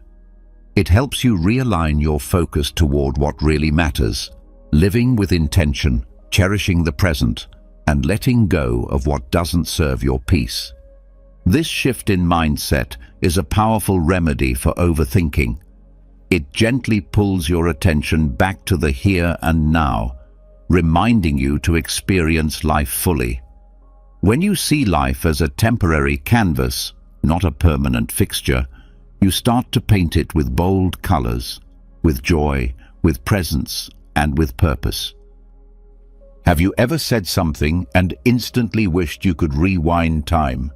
We've all had those moments, when the words leave your mouth and immediately feel like arrows you can't retrieve. But what if you could gain full control over your speech, ensuring that every word you utter radiates wisdom, grace, and inner strength? That's exactly the path we're exploring today. 6 things an intelligent person never says, all deeply rooted in the enduring teachings of Stoic philosophy. Stoicism reminds us that our words are far more than just sounds. They are outward expressions of our intellect and the values we hold. From steering clear of hollow bragging to understanding the quiet power of silence, these principles don't just refine how you speak, they shape your identity. The beauty of this journey is that by the end of it, you'll gain practical takeaways you can immediately use to enhance your speech, whether you're communicating in the workplace, engaging in personal conversations, or even navigating your own inner thoughts. So, prepare yourself. This isn't merely about refining your vocabulary. It's about recognizing how your words contribute to the person you're becoming. Stay with us, because what's coming next could fundamentally shift how you perceive the power of speech. Let's begin with a crucial truth. Avoid boasting about your knowledge. Have you ever encountered someone who constantly talks about how much they know or what they've achieved? They'll go on about the lessons they've learned, the books they've read, and all the things they've mastered. At first, you might find their knowledge impressive, even inspiring. But as time goes on, that admiration can fade, replaced by a sense of emotional distance, not because their insights lack value, but because their delivery feels more like a performance than a conversation. In Stoicism, there's a strong emphasis on quiet wisdom. Marcus Aurelius once reflected that nature never boasts about what it creates, and we shouldn't take credit for our wisdom either. This isn't just a poetic notion, it's a way of living. I remember a story about a friend of mine, John. He was an incredibly knowledgeable individual, especially in the tech world. Whether in meetings or social gatherings, John always aimed to be the smartest voice in the room. He'd mention the high-level projects he led, the complex technologies he mastered, and the numerous accolades he received. Initially, people admired him. But with time, conversations with John began to feel one-sided, as if everything was about showcasing his intellect rather than connecting with others. Eventually, one of his colleagues approached him and gave him some honest feedback. They told him that while his expertise was undeniable, the way he presented it often made others feel excluded. That moment was a wake-up call for John. He came to understand that his attempts to impress were actually creating distance between him and those around him. This is a pitfall many fall into without realizing. When you feel the urge to highlight your knowledge or accomplishments, pause and examine your intent. Are you sharing to genuinely contribute something meaningful, or are you seeking admiration and validation? If it's the latter, it may be time to rethink your approach. Boasting diminishes the power of your words. Instead of building bridges, it can erect invisible walls, making others feel as if they're being compared or judged. What may have begun as an effort to inspire can end up alienating the very people you hoped to influence. Stoic philosophy offers a meaningful path forward. First, let your actions be louder than your words. When you truly possess knowledge, it naturally reveals itself through the quality of your work and the way you navigate challenges. Next, embrace humility. Being humble doesn't mean hiding your talents. It means allowing others to recognize your worth through real experiences and genuine interactions. And finally, cultivate the habit of listening. Listening not only helps you learn from others, but it also shows them respect and strengthens your ability to form meaningful connections. To the Stoics, listening is a form of silence that holds immense power. Silence isn't a sign of ignorance. It reflects inner strength, patience, and understanding. John eventually came to understand this profound truth. Over time, he stopped centering conversations around himself and started genuinely engaging with the thoughts and experiences of others. He went from trying to control conversations to quietly contributing and valuing the voices around him. Gradually, people began to gravitate toward him, not only because of his knowledge, but because of the integrity, warmth, and sense of collaboration he brought into every space. He came to embody the idea that wisdom isn't something you boast about, it's something you share in a way that uplifts others. Choosing not to brag doesn't mean withholding your insights or knowledge. It means learning to share them in a way that honors the contributions of others and creates a sense of mutual respect. Stoicism teaches that our words are mirrors of our character. When you choose humility instead of arrogance, you don't just grow as a person. You create space for those around you to grow as well. So take a moment and ask yourself, what do your words say about who you are? That answer will define the course of your personal and emotional growth. Now let's turn to another important truth. Never dismiss the opinions of others. Have you ever shared an idea only to have it brushed aside before you could fully express it? It's a frustrating and disheartening experience, one that can make you question your worth and the value of your thoughts. Sadly, I know this feeling not just from being on the receiving end, but from being the one responsible for causing it. Early on in a leadership role, I prided myself on my quick thinking and decision-making. During a team meeting, one of my colleagues offered a suggestion to improve how we managed our workflow. Without pausing to reflect, I interrupted and rejected the idea, labeling it as unworkable. I believed I was saving time and being efficient, but I failed to notice the sudden silence that fell over the room, the exchanged glances, the loss of enthusiasm, and how the rest of the meeting passed without any more ideas being offered. Later, a trusted colleague pulled me aside and gently said, "Maybe you could have listened a little longer." That idea wasn't as off base as it first sounded. That moment stopped me in my tracks. It wasn't just a missed opportunity. It was a moment that revealed I had created an atmosphere where people no longer felt safe or encouraged to speak freely. Stoicism teaches that wisdom is rooted in openness, not in assuming you have all the answers. Marcus Aurelius once said, "You cannot learn what you think you already know." When you dismiss someone's perspective before understanding it, you're not just closing yourself off to potentially valuable insights, you're also weakening the trust and connection within your relationships.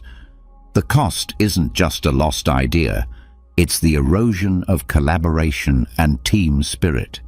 From that experience, I learned to approach conversations differently.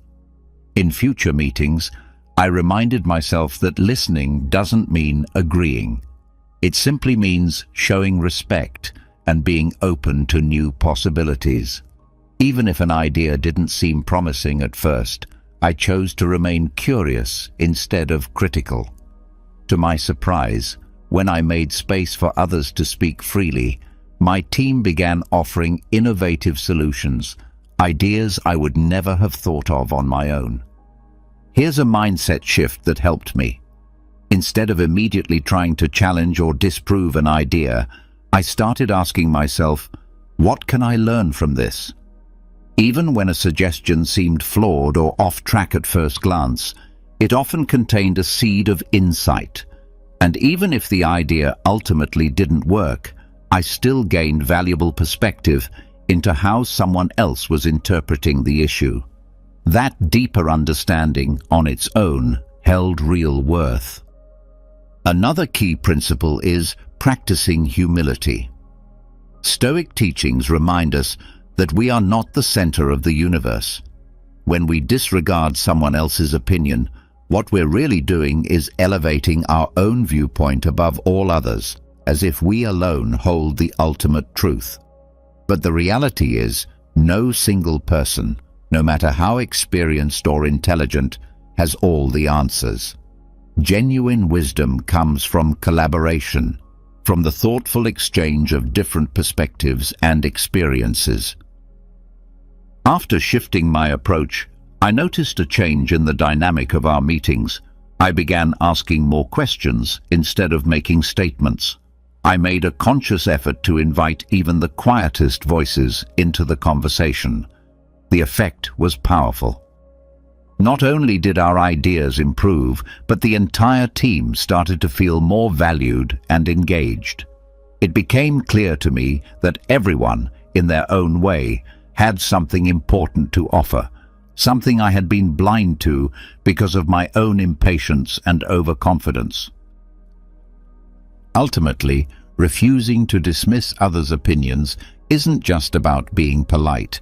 It's a smart, strategic move. When you show respect for the perspectives around you, you unlock a wealth of insights, creativity, and opportunity. You build trust, and you cultivate an atmosphere where real innovation has space to thrive. As the Stoics believed, wisdom isn't about always being right. It's about recognizing that everyone, in their own unique way, carries a piece of the truth. And that, at its core, is what true wisdom is all about. Now, let's explore another powerful insight.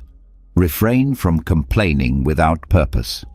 Picture someone like Peter, a seasoned professional in midlife, juggling a demanding job, family responsibilities, and the everyday frustrations that life throws his way.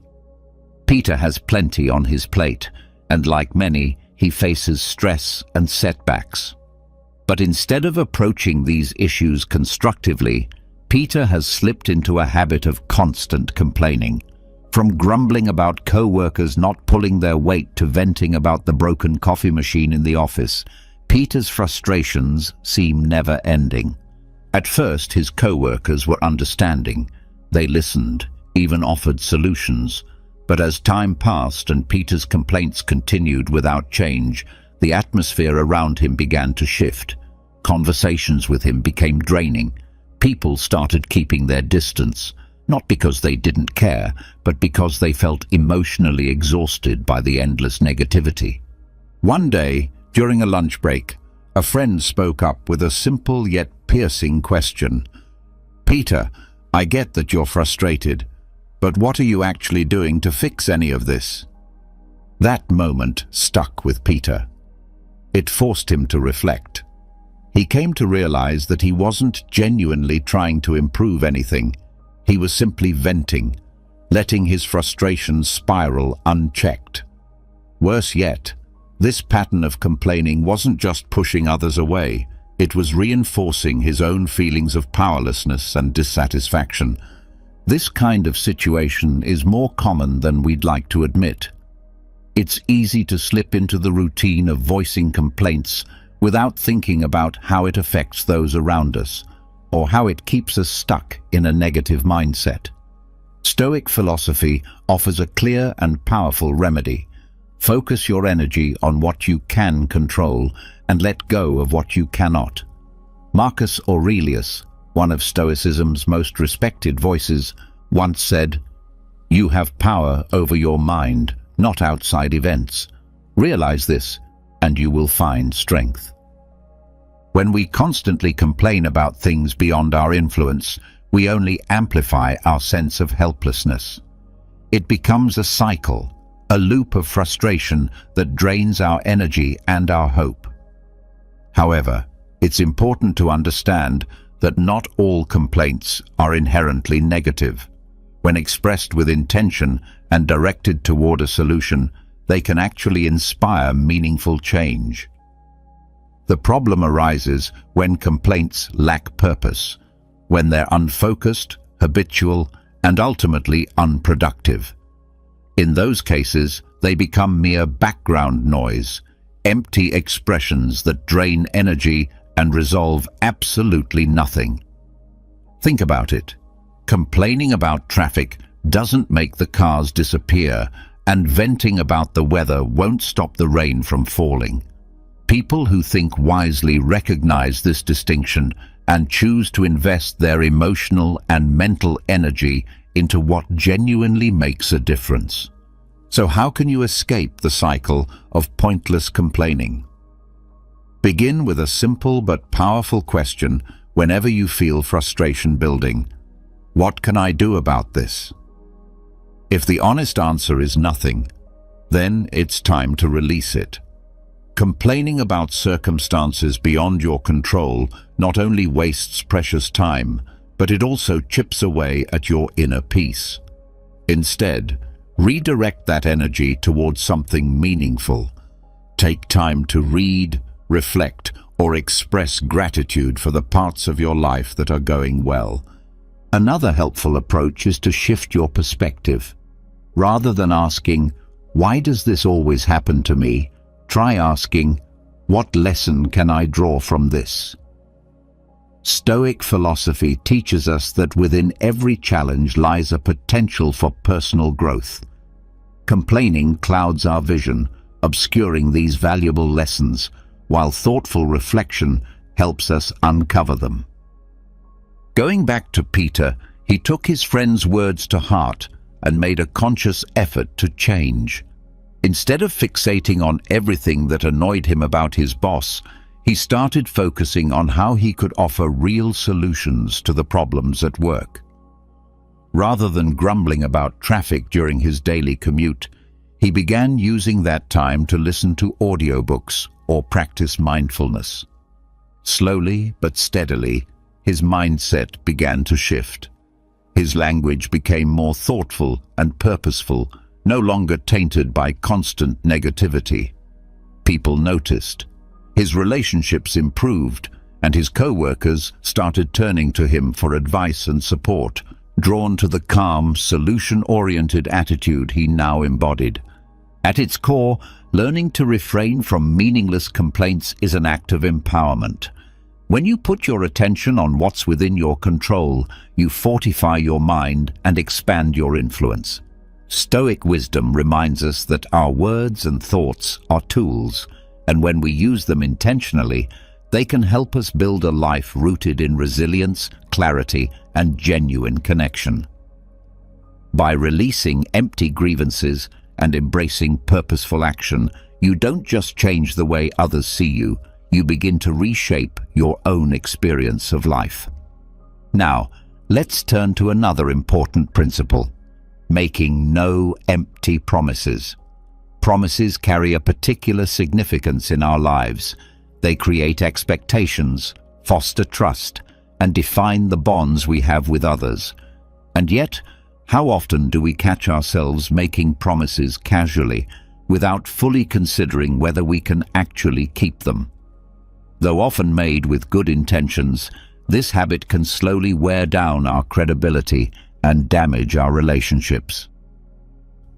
Stoic philosophy places great emphasis on the harmony between our words and our deeds. Integrity, in the Stoic view, isn't found in saying many things. It's found in consistently following through on what we do say. Take, for example, a man named Greg. He's in his 50s, juggling a demanding career and a full family life. Greg means well, but he has a tendency to overpromise. He often assures his team that he'll review their reports by a specific date, or tells his family he'll be home in time for dinner, only to miss those marks again and again. Initially, people gave Greg the benefit of the doubt, assuming he was just overwhelmed by his busy schedule. But as more and more promises went unfulfilled, frustration began to grow. His colleagues started second-guessing his commitments, and his family grew tired of the repeated letdowns. What once were trusted words began to lose their impact, gradually taking on an undertone of doubt and disappointment. One evening, after missing yet another family gathering, Greg returned home to find a note left on his desk by his teenage daughter. It read simply, "We just want you to mean it when you say it." That message hit him harder than any missed deadline or disappointed co-worker ever had. It forced Greg to confront the reality that, despite his good intentions, his repeated failure to follow through was undermining the very trust and respect he had worked so hard to build. This story brings to light an essential teaching from Stoic philosophy: speak with purpose and act with integrity. Marcus Aurelius once offered the simple yet profound advice: let your words be plain and true. His message is a reminder that promises should not be used to placate others in the moment. They are meaningful commitments that reflect our character. When we make a promise and fail to fulfill it, even unintentionally, it's like writing a check that our integrity can't cover. So how can we prevent ourselves from making promises we can't keep, while still nurturing trust and strong relationships? It begins with a pause before we commit. Ask yourself, do I genuinely have the time, the resources, and the mental energy to fulfill this promise? If the answer is uncertain, it is far better to be transparent and set realistic expectations than to risk disappointing others with an empty assurance. For example, rather than saying, "I'll definitely have this ready by tomorrow," consider saying, "I'll aim to have it ready by tomorrow, but if I need a bit more time, I'll let you know." Another helpful practice is to deliberately under-promise and over-deliver. By setting achievable goals and sometimes exceeding them, you avoid the sting of disappointment and instead build a reputation for consistency and reliability.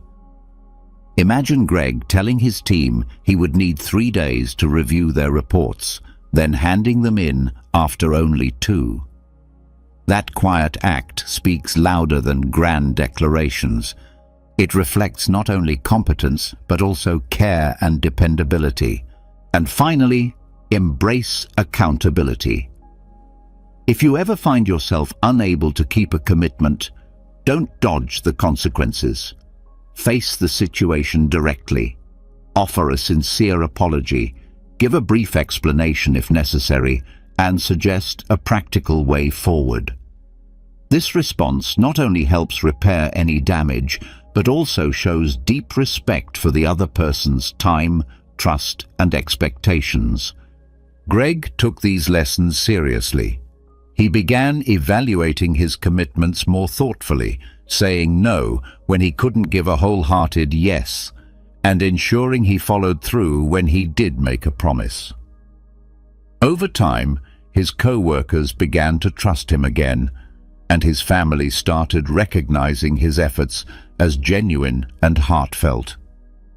Even more importantly, Greg noticed a shift within himself, a calm confidence that came from knowing his words meant something and that his actions truly backed them up. Ultimately, avoiding empty promises is not about striving for perfection. It's about striving for authenticity and reliability. Stoicism teaches us that real strength is found in living with integrity, where what we say and what we do are in harmony. When we make this a priority, we not only earn the respect of others, but we also cultivate relationships that are deeper, more sincere, and built on mutual trust. Because at the end of the day, it's not the promises we make that define who we are. It's the ones we keep. Before we continue with the next insight, if you're finding value in this video, don't forget to hit the like button and subscribe to the channel. Make sure the notification bell is turned on so you never miss future content. If you're as inspired by this wisdom as I am, drop a comment below saying, "I love this wisdom." Now, let's move on to the next lesson. Don't deny your mistakes. Have you ever felt like admitting a mistake is the same as revealing your flaws to the world, opening yourself up to judgment and criticism? I used to carry that fear too, until one transformative experience completely changed the way I saw things. Through the lens of Stoic philosophy, I came to understand that acknowledging your mistakes doesn't reduce your value. It actually elevates you. It reveals a person who is courageous, honest, and committed to growth. Marcus Aurelius once said, "If someone is able to prove me wrong and show me my mistake in any thought or action, I will gladly change, for it is the truth I seek, and the truth never harmed anyone." This wisdom reveals a powerful Stoic truth. Admitting when we are wrong isn't a sign of weakness. It's a reflection of strength and a deep commitment to truth. Let me share a personal experience that brought this lesson to life for me. A few years ago, I was in charge of a significant project at work. Pressed by a tight deadline, I rushed through the final stages and overlooked several important details in a critical report. Unfortunately, those errors didn't go unnoticed. When the report was reviewed by upper management, my team faced direct criticism for the inaccuracies. At first, my instinct was to defend myself, to blame the overwhelming workload, the unrealistic timeline, or even external factors, anything but myself. But deep down, I knew that kind of excuse-making would only damage the trust and respect I had built with my team. So instead, I made a conscious choice to face the truth. At our next team meeting, I openly acknowledged the mistake, took full responsibility, apologized, and outlined concrete steps I would take to ensure it wouldn't happen again. To my surprise, their response wasn't anger or judgment. Instead, they appreciated my honesty. A few team members even thanked me for owning up to the mistake and showing accountability. That moment changed my perspective forever. I realized that acknowledging my fault didn't diminish my credibility. It actually made me more trustworthy in their eyes. Why is owning up to mistakes such a powerful act? Because it breaks down walls of defensiveness and builds bridges of trust. When you accept responsibility, you demonstrate that truth matters more to you than your pride. It sends a clear message that you are someone who values integrity, and that creates an environment where others feel safe to be honest, to admit their own mistakes, and to work together on solutions. But let's be honest, admitting a mistake is rarely easy. There's always the fear of being judged or losing respect. Yet ask yourself, does denying a mistake that others clearly see improve your reputation? Or does it simply make you appear less reliable? The courage to acknowledge your missteps is a true mark of inner strength. It shows that you are not afraid of growth and that you are committed to becoming better. So how can you begin to apply this principle in your own life? Start with self-awareness. When a situation doesn't go as planned, resist the urge to shift blame. Instead, pause and ask yourself, what role did I play in this? Even if your part was small, owning it is the beginning of finding a solution.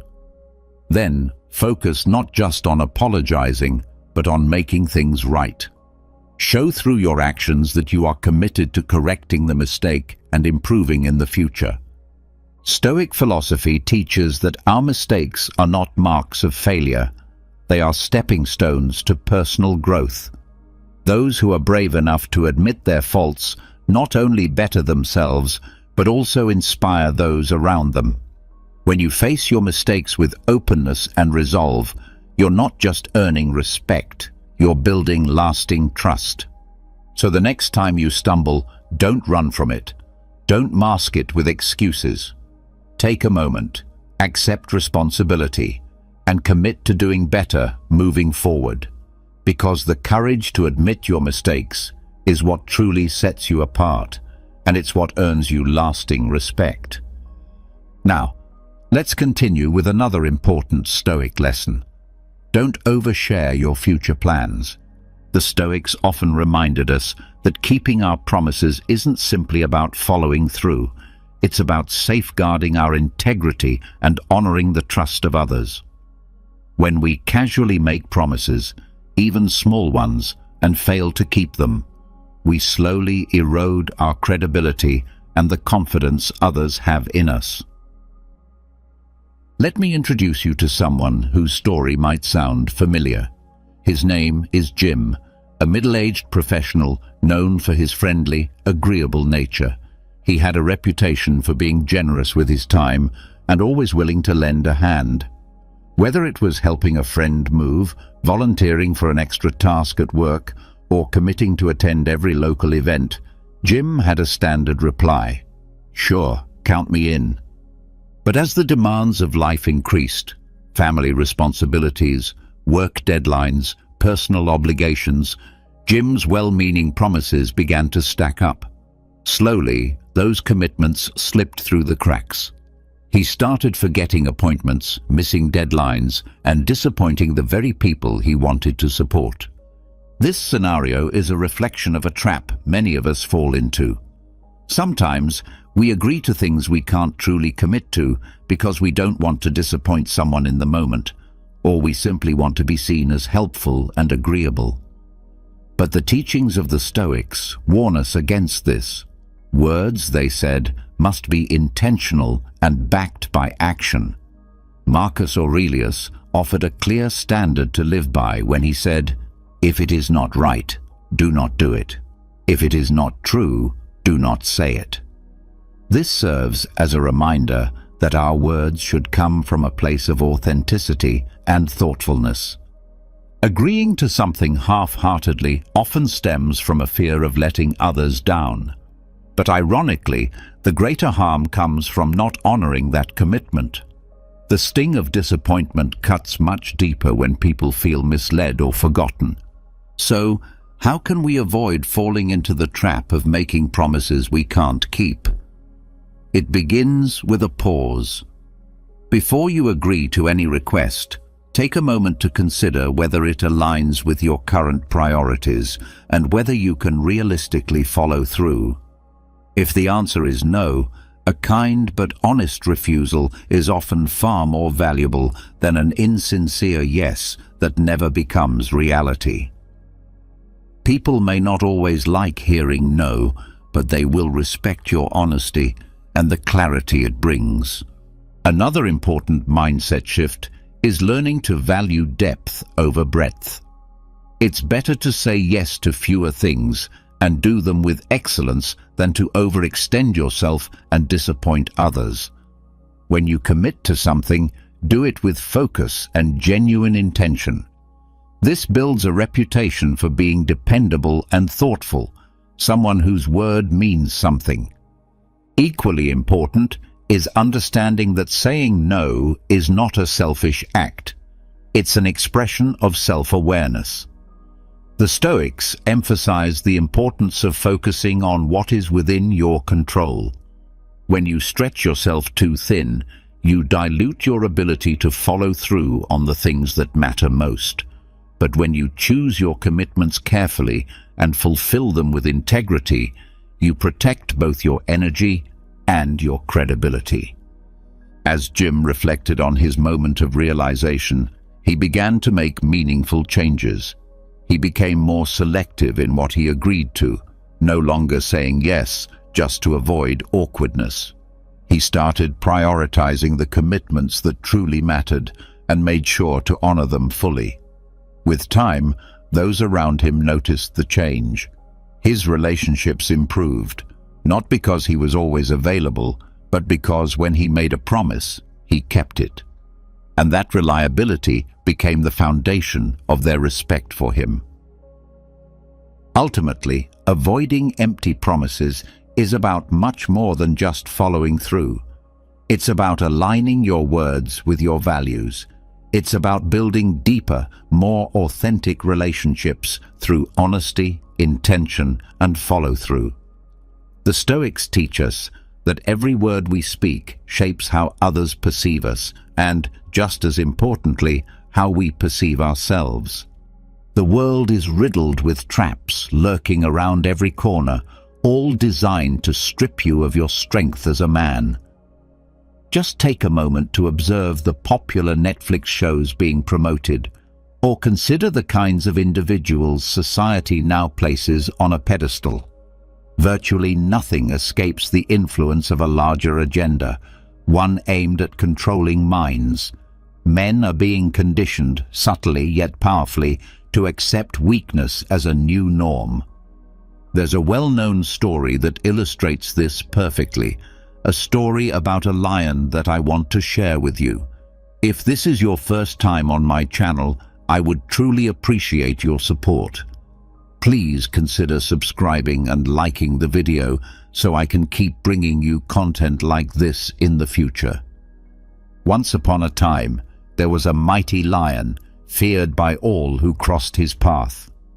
One day, this lion fell deeply in love with a farmer's daughter. But there was a major obstacle. The farmer despised the lion. When he discovered the lion's affection for his daughter, he became determined to prevent their union at any cost.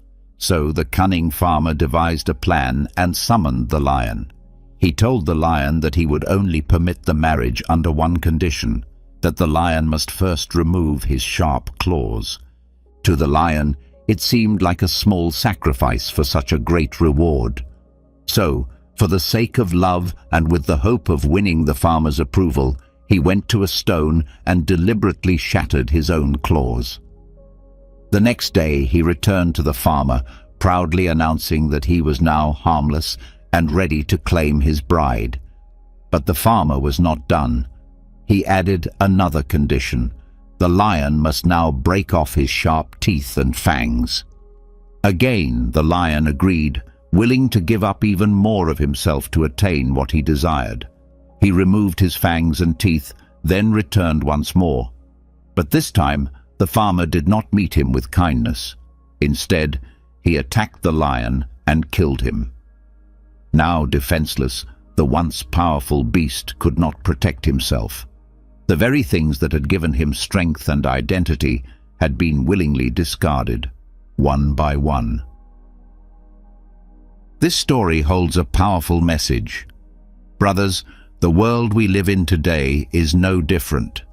There are forces at play far greater than most of us realize, and they have meticulously crafted a system, a matrix, designed to keep men enslaved to their impulses, their cravings, and their desires. But here's the hard truth. You can blame the farmer, you can point fingers at the elite and the system all you want. But in the end, it was the lion who made the choice to surrender. Voluntary discipline is the sacred virtue every man must embody, whether in his professional ambitions, financial journey, or romantic life. Every man is born with a deep desire to feel powerful, assertive, and in control. This is not arrogance, it's nature. We are wired to strive for strength and direction. Yet many of us have lost touch with this instinct. We fall into habits that strip us of our potential. We willingly hand over our power. Today, men complain endlessly. They squander their money on meaningless pleasures, drugs, pornography, and even apologize for things that don't require an apology. In doing so, they develop habits that weaken them from the inside out. One such habit is mocking others. This isn't a topic that gets much attention, but it's crucial. As a man of high value, you should never elevate yourself by tearing others down. Mocking others in an attempt to look superior reveals insecurity and a lack of respect. Authentic masculinity isn't about dominance over others, it's about self-mastery. Think about the example of crabs in a bucket. When one crab tries to climb out, the others instinctively pull it back down. Similarly, when someone around you attempts to rise, to improve, or to pursue a better life, there are those who feel threatened or envious and try to hold them back. That kind of behavior is neither noble nor productive. If you find yourself making fun of others, understand this: in that moment, you are placing yourself beneath them, period. That doesn't mean you should ignore mistakes or never correct others, but correction should come from a place of guidance, not ridicule. As a man, it is your duty to mentor and uplift your brothers, not to belittle them. Leave behind grudges, hidden motives, or superiority complexes. Instead, offer feedback that helps others grow and evolve. Remember, true strength and confidence are never expressed through mockery. Listen to what Mike Tyson once said.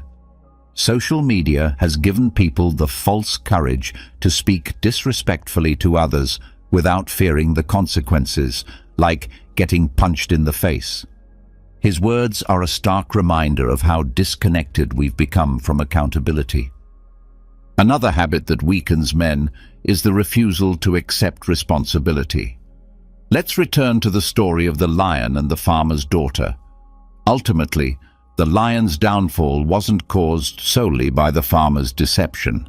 The real reason lies in the lion's failure to embrace his responsibility.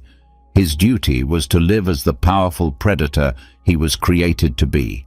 His claws and teeth were not just weapons, they were symbols of his identity and nature. But he chose to abandon that for acceptance. Many of us do the same in our lives.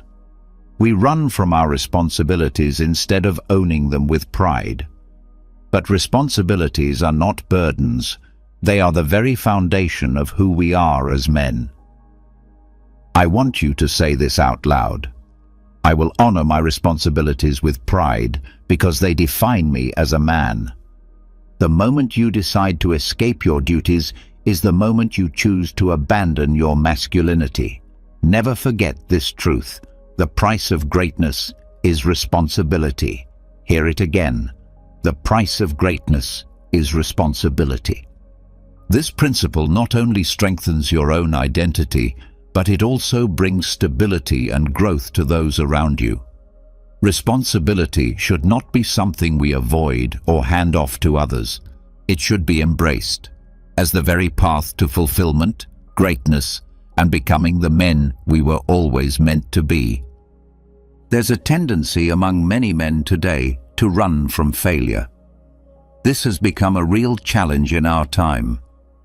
Most men would rather stay in their comfort zone than step into the discomfort required for growth. But remember, real growth often involves pain and is usually disguised behind what we perceive as failure. Think about the well-known story of the man who digs in search of diamonds. He has no idea how far beneath the surface those diamonds lie, but he keeps digging.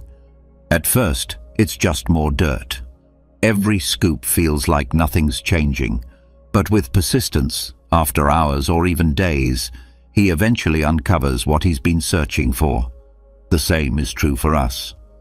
Brothers, understand that failure is not the end.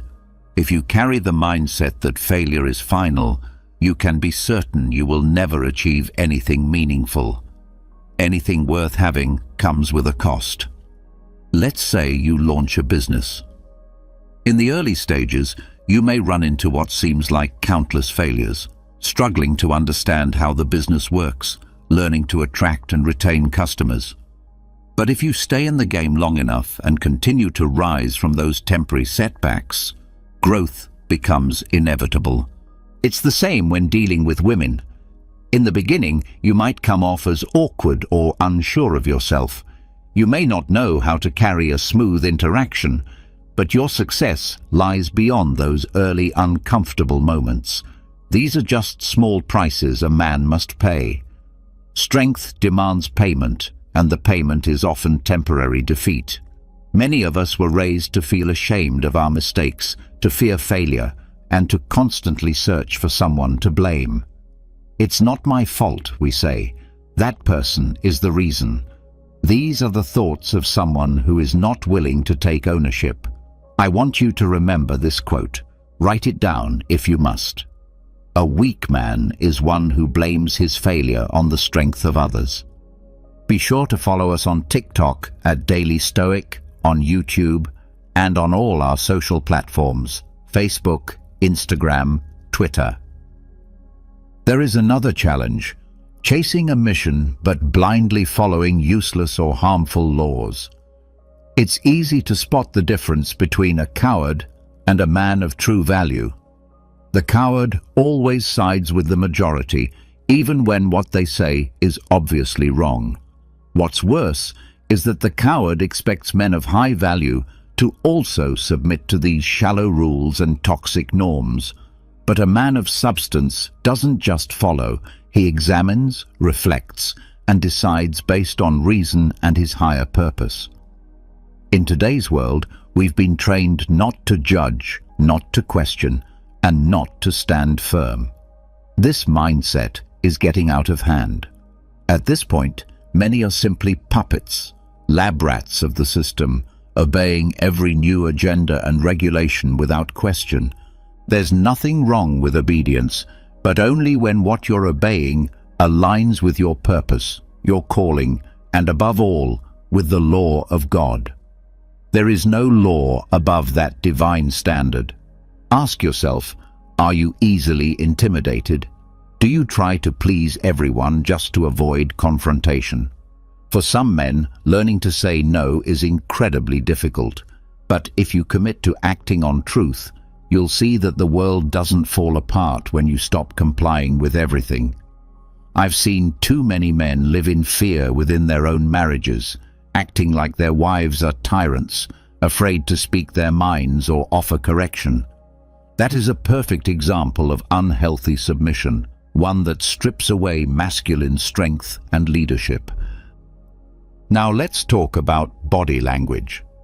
The concept of nonverbal communication is more important than you might think. This includes things like how you shake hands, your eye contact, the way you sit, how you walk, and how you move when engaging with others. People can often sense whether you're a strong or weak man without a single word being said. In a society that often pushes against traditional masculinity, it's more important than ever for men to be aware of how they carry themselves. Being intentional with your body means consciously projecting strength, confidence, and clarity. Stand tall, walk with purpose. Make solid eye contact when speaking. Be deliberate in your movements and maintain a commanding presence. Your body speaks before your mouth does. It's your first impression, your silent introduction. It has a powerful impact on how people see you and how they treat you. When you present yourself as a man with confidence and strength through your body language, people are less likely to try to exploit or disrespect you. This is a vital skill for any man who wants to succeed in relationships, business, and life in general. Lastly, let's talk about waste. Specifically, wasting your most valuable years. We often stress on this channel the significance of your younger years, your 20s and into your 30s. These are your golden years, the prime time to build, to establish, and to grow. Think of a farmer planting seeds. He doesn't expect the fruit to grow the next day. In the same way, your 20s should be focused on sowing, emotionally, spiritually, physically, laying down the roots that will define your future. But here's the most important part. Don't expect to reap the rewards right away. Just keep planting, stay consistent, keep putting in the work. And before you even realize it, those seeds will begin to bear fruit. Don't rush the harvest. Keep planting, keep building, and before long, you'll find that you've created lush gardens and entire forests, environments that will attract the right kind of people, opportunities, and energy into your life.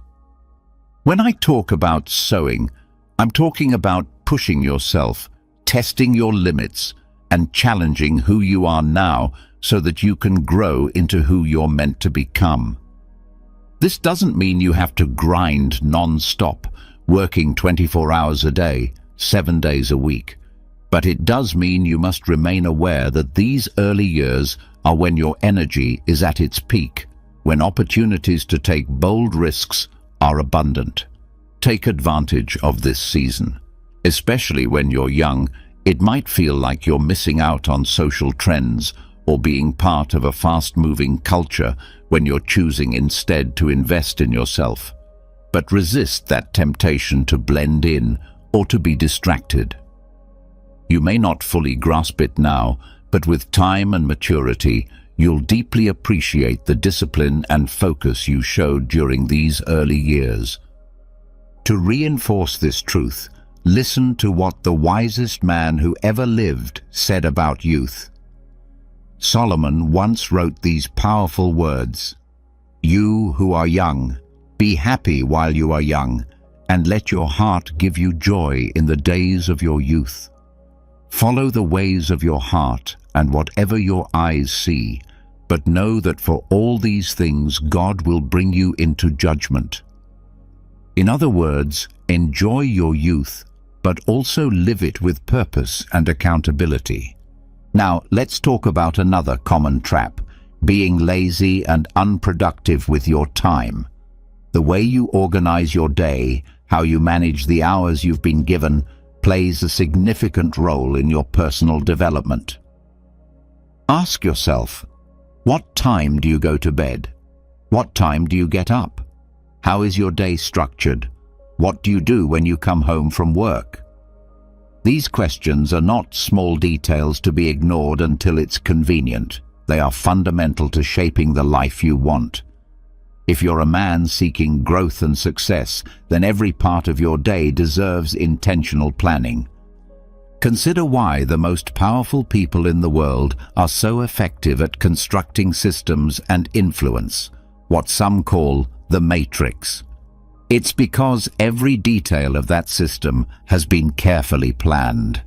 In the same way, you must examine your daily life, the people you interact with, the environments you allow yourself to be in, and even the type of content you consume. If you are not intentionally planting strong, purposeful thoughts in your mind, you may unknowingly be giving open access to influences that weaken you from within. Laziness is one of the greatest threats to men today. Many of us have powerful ideas and ambitions about our future, about business, or about the kind of life we want to live. But if we do not take action, those dreams remain unrealized. Laziness has a way of creeping in slowly and subtly. It starts small, but if left unchecked, it spreads like a disease, silently eating away your potential. It holds you back from taking necessary steps and keeps you stuck in place. Always remember, brothers, that laziness only wins against the weak. A man of true value and inner strength quickly learns how to identify laziness within himself and correct it before it takes root. Stay vigilant. Watch for signs of idleness in your life and act against it the moment it shows up. Don't forget this. In modern society, weakness has become a celebrated trait. Weakness is praised and promoted, but strength remains your greatest virtue. Pursue strength relentlessly. Find strength in every situation, in every challenge. And most importantly, never forget that your ultimate source of strength is God. Each day is filled with moments that can shape your growth and push you closer to your goals. But it's up to you to seize those moments with intention and courage. Let your pursuit of strength be both physical and mental. Know that building your spiritual and personal foundation will give you the resilience you need to overcome life's trials. We are often raised with the belief that we must give, share, and place generosity above our own personal interests. Yet, at some point, someone comes along and cautions us about the risks that come with being too kind and overly compassionate. We live in a world where the reality doesn't always reflect the ideal, a world where what we give isn't always returned in kind. Despite this, there are many generous people who pour not only their money but also their energy into helping others, often through indiscriminate giving and donations. If this is your first time visiting my channel, I would really appreciate your support. Please subscribe and like this video so I can continue to create content like this in the future. Now, let's consider a difficult but necessary question. Can excessive generosity actually put our own lives at risk? You might be surprised by the unexpected and sometimes harmful effects that kindness can bring. In this video, I'll reveal 8 consequences of being too good-hearted and introduce 4 powerful Stoic strategies to help you protect yourself from being exploited. Without further delay, let's begin. When you are overly generous, you may start developing unrealistic expectations. The Stoic philosophers consistently emphasize the importance of accepting reality as it is and not placing our happiness in the hands of others. By choosing to give without expecting much in return, we practice emotional detachment, a practice that leads to deeper inner peace. Imagine this.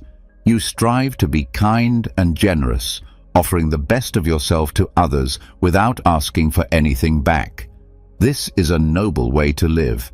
Yet, often without realizing it, we begin to hope that others will respond with equal kindness. We hope they'll see our efforts and reciprocate in kind. But what happens when those expectations go unmet? The root of this problem lies in our own expectations. When we assume others will respond the same way we do, we place ourselves in a vulnerable position. While it's human to desire recognition and appreciation, Stoicism reminds us that we have no control over how others behave. The only things we can govern are our own actions and our reactions to others. True altruism is rare because, consciously or unconsciously, we often hope that the goodness we give will come back to us. You might find that people become so used to your constant support and selflessness that they begin to expect it, not just occasionally, but all the time. They might even start neglecting their own responsibilities because they assume you'll take care of everything for them. And not just in their lives, but in yours as well. But the harsh truth is that your hopes for mutual support will likely go unfulfilled. As a result, you may feel frustrated, emotionally drained, and disappointed. Stoicism teaches us that our real wealth lies in the ability to give freely without needing anything in return. When we find joy in the act of giving itself and maintain our inner calm regardless of others' responses, we experience true peace of mind. Another consequence is that people will begin to expect you to always give them something. This is where the Stoic virtue of moderation becomes essential, acting as an anchor in a sea of never-ending demands. Rather than caving in to every request made of you, Stoicism encourages us to give in a balanced and thoughtful way.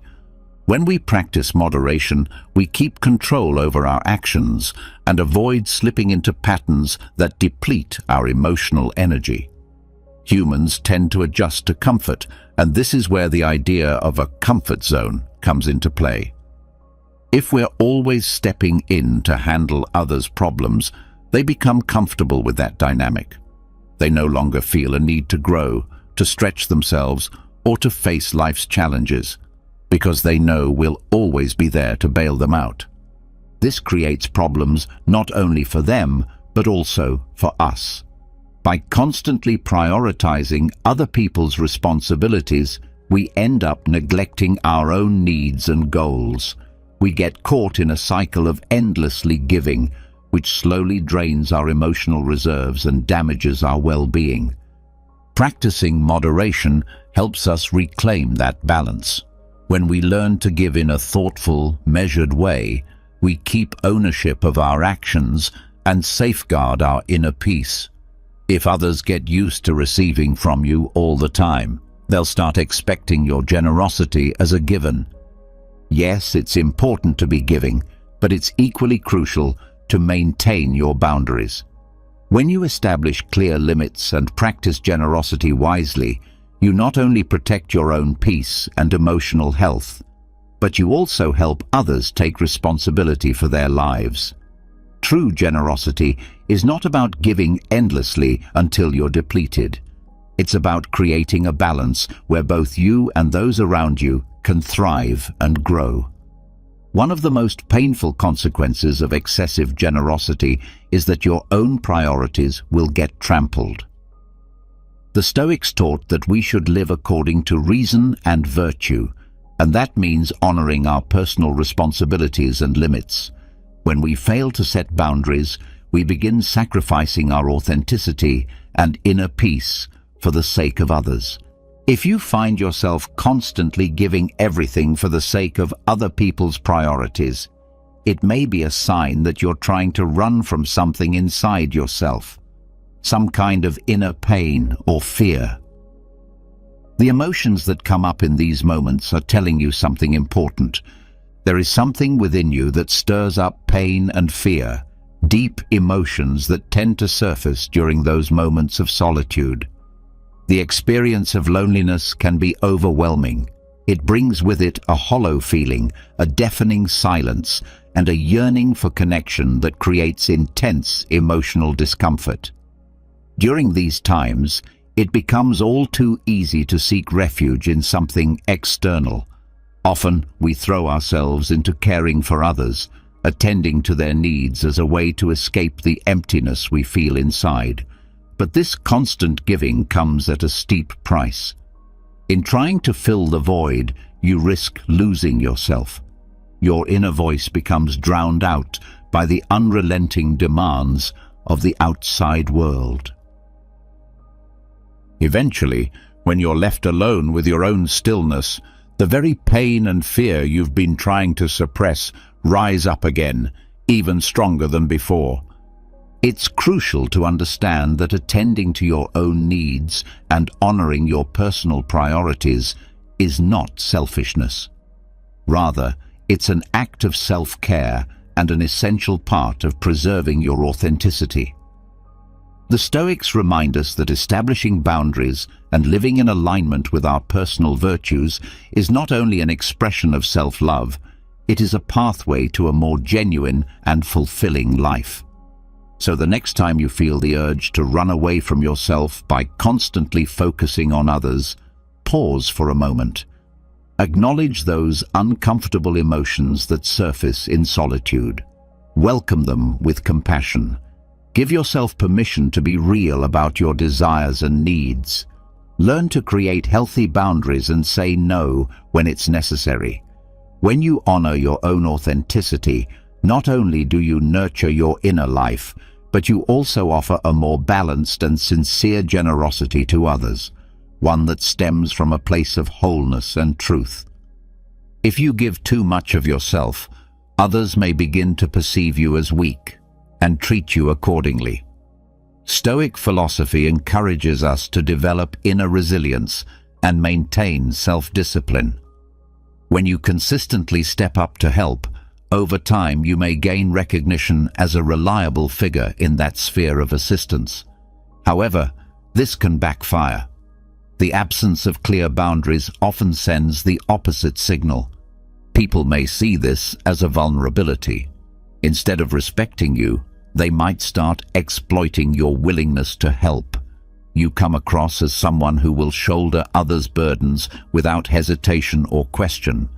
This can trap you in a cycle of being perpetually overwhelmed, drained, and resentful. But something powerful begins to shift when you start asserting yourself and saying no, calmly yet firmly. People begin to see you differently. You're no longer viewed as someone who endlessly accepts every responsibility thrown your way. You become someone who values themselves enough to set clear limits, someone worthy of dignity and consideration. This change in how others perceive you is deeply significant. That small word, no, can transform your relationships. You cease to be an easy target for constant demands. You become a strong, self-respecting individual who knows how to uphold boundaries, and that earns genuine respect. Ultimately, respect isn't only derived from what you do for others, it's deeply connected to how you treat yourself. By setting boundaries and practicing discipline, you're communicating something profound to the world, that you are deserving of respect and dignity. So, the next time your boundaries are being tested, remember the quiet strength in that simple word, no. It's not just a rejection of excess, it's an affirmation of your worth. Sometimes being overly helpful leads to a different kind of disappointment. People begin to see you only as a means to an end. When you become someone who's always available to help without hesitation, it's natural that others take notice. But this attention can come with a downside. Those who once regarded you as a true friend might begin excluding you from social or joyful gatherings, reaching out to you only when they need something. It may seem cruel or unfair, but from a practical standpoint, it's not entirely unexpected. Think about it. How often do people invite their colleagues or helpers to unwind and enjoy leisure time together? More often, those invitations are extended to close friends, loved ones, or people with whom there's a sincere and mutual bond in. This change in how you're treated can feel painful and disheartening. You might find yourself giving freely, only to be left out when it comes to the moments of joy and relaxation. It stings. It can make you feel disillusioned and even betrayed. But the Stoic perspective offers a different lens. These experiences serve as a test, a fire in which your discernment is forged. They challenge you to see clearly who genuinely values your presence and who simply uses your kindness for their own convenience. Yet Stoicism doesn't teach us to become cold or distrustful. It encourages us to grow in our understanding of human nature. Through discernment, you gain the ability to choose wisely, offering your help to those who truly need it and who sincerely appreciate your support. This clarity allows you to navigate relationships with both compassion and wisdom. You're no longer acting from a place of blind generosity, but from a place of awareness and integrity. It's not about shutting yourself off. It's about choosing where your energy goes based on truth and mutual respect. By choosing to do so, you not only protect your own energy and resources, but also begin to cultivate a life surrounded by people who appreciate you for who you are, not merely for what you can offer them. This approach presents you with a valuable opportunity to exercise Stoic self-discipline. You gain the power to make conscious choices, establish firm boundaries, and decide deliberately how and where to invest your energy and time. This helps keep your inner life stable, your focus clear, and your priorities aligned with those who genuinely value your help. In doing so, you align yourself with Stoic principles and begin to discover a deeper sense of peace and fulfillment, even amidst the often complicated nature of human relationships. You will naturally attract people who are in need, but rarely those who are willing to give. According to Stoic teachings, our actions and thoughts emit a kind of energy that draws toward us individuals with similar vibrations. When we cultivate a healthy mental state, one of positivity and emotional clarity, we radiate a high frequency of energy. This high vibration state becomes magnetic to others who are also generous, enthusiastic, and sincere. However, when we give indiscriminately and allow ourselves to become emotionally drained and physically depleted, our energy begins to weaken.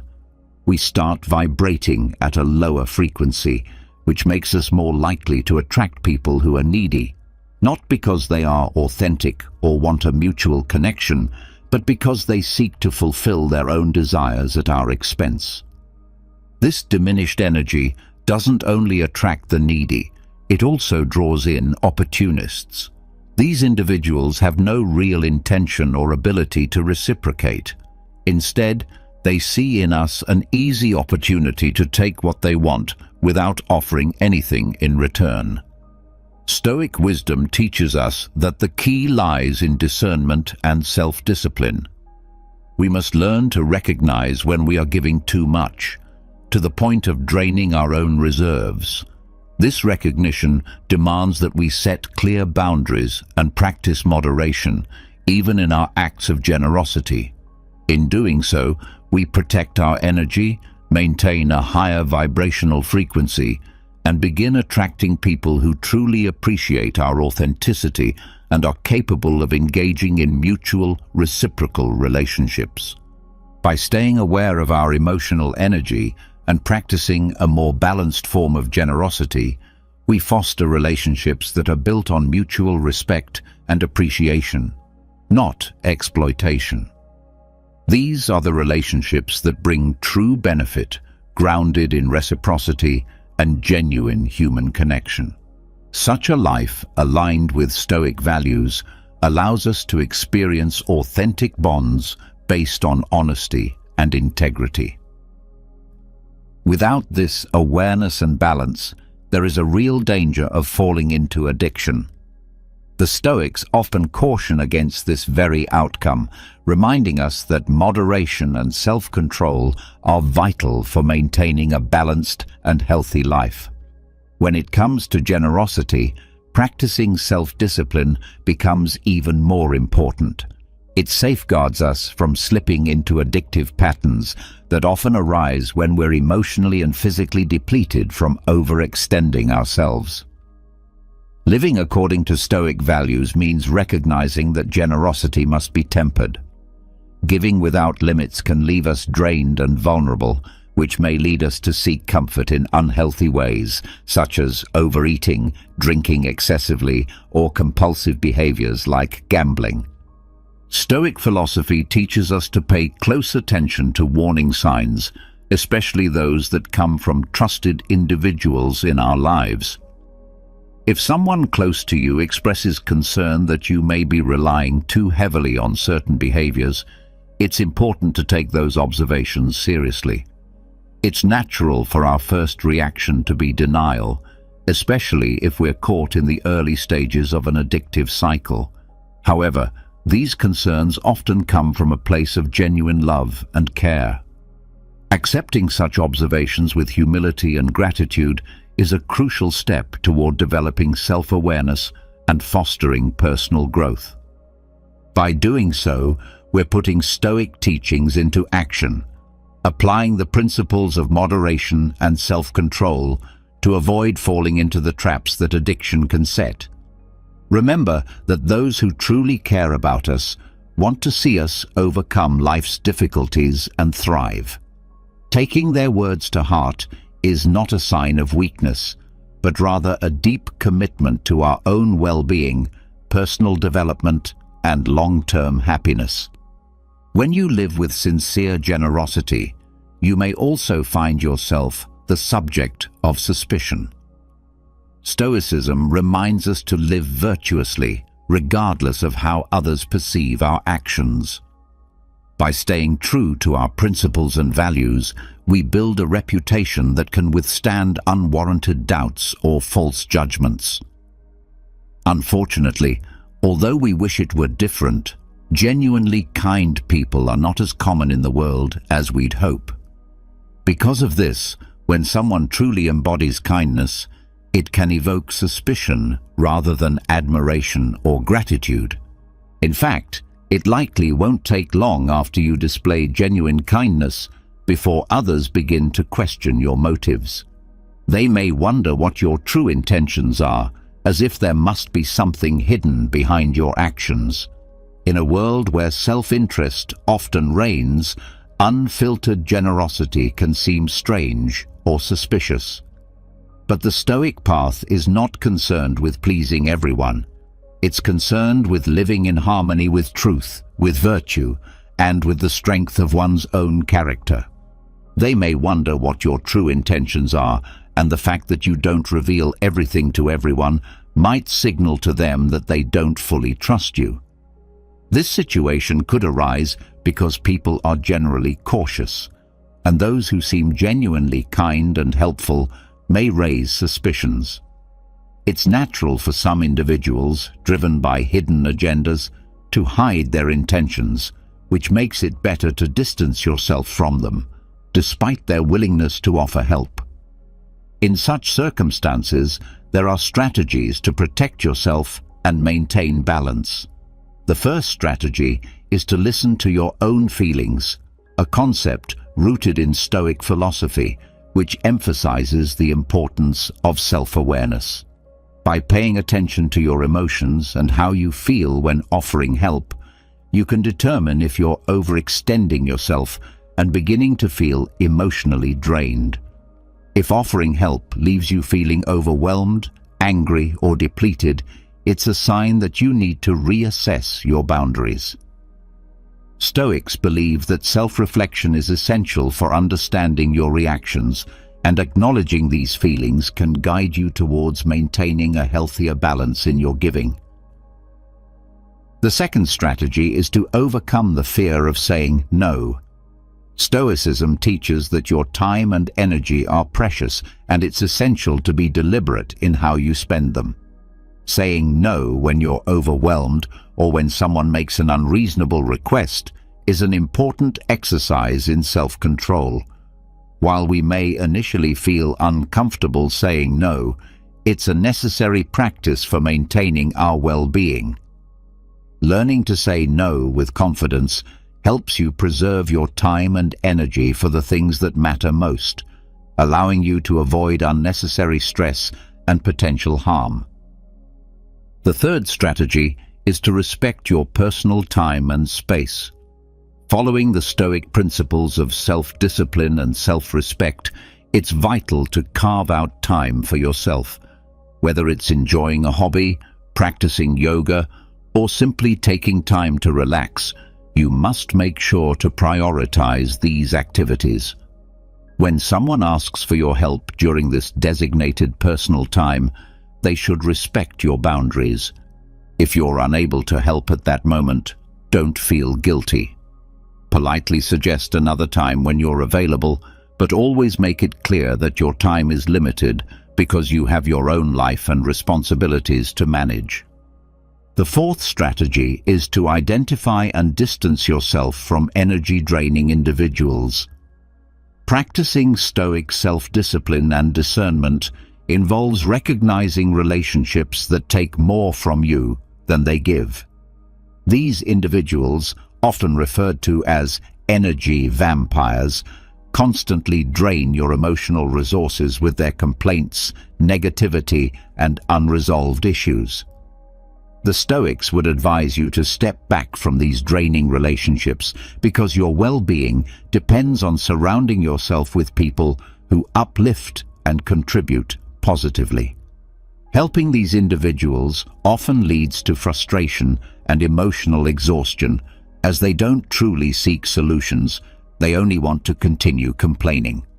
In conclusion, Stoic wisdom teaches us that the best approach to life is moderation. Generosity is a beautiful quality, but when given in excess, it can deplete our resources, be it emotional, physical, or even financial. Striving for balance is crucial in all aspects of life, including how we help others. It's important to find the middle ground between prioritizing others and taking care of ourselves. Whenever you're uncertain, remember that the word no is your ally.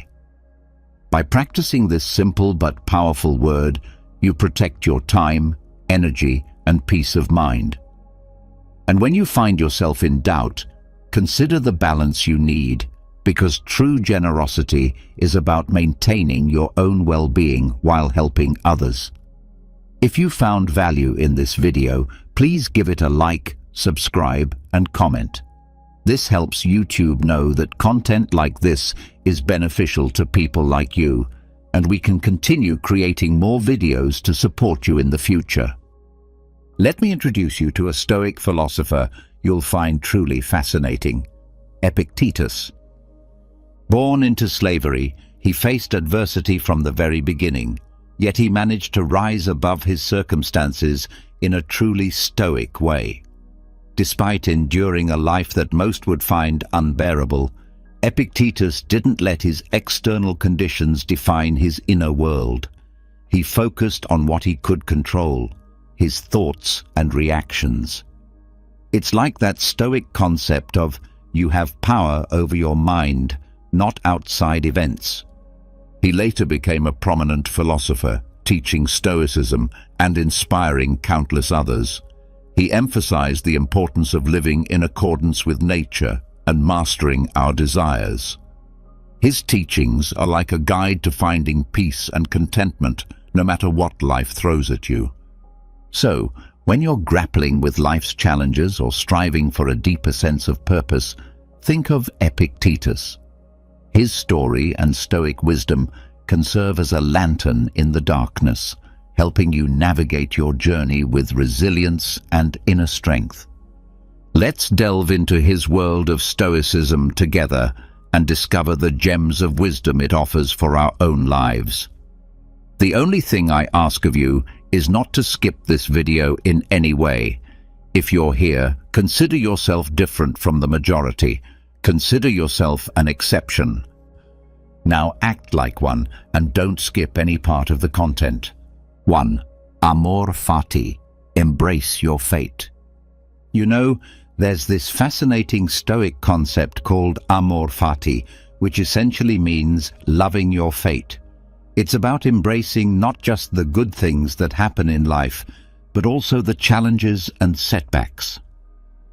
Imagine seeing every obstacle as an opportunity for growth and transformation. It's like saying, "Hey life, Throw whatever you want at me and I'll find a way to make the most of it. Life is unpredictable, right? Sometimes things don't go the way we plan, and that's where amor fati comes in.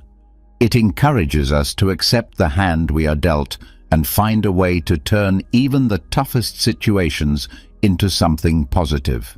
It's about resilience, about saying, I won't let circumstances define me. I'll define how I respond to them. 2. Serve others. Contribute to the common good. I've always been inspired by the Stoic idea of serving others. It's not just about being selfless. It's about understanding that when we contribute positively to our community or the world, it not only benefits others, but also brings a deep sense of purpose and fulfillment to our own lives. It's like this beautiful cycle of giving and receiving. Think about it. When you help someone or make a positive impact on their life, it's like planting a seed of goodness, and that seed grows, not just in their life, but also in yours. You feel this sense of connection, of making a meaningful difference. It's a reminder that we're not alone on this journey. We're all interconnected. 3. Memento mori. Remember your mortality. Have you ever heard of memento mori? It's a Latin phrase that means, remember you will die. Now I know that might sound a bit morbid at first, but it's actually a powerful reminder to live each day to the fullest. Imagine waking up every morning with the thought that this day might be your last.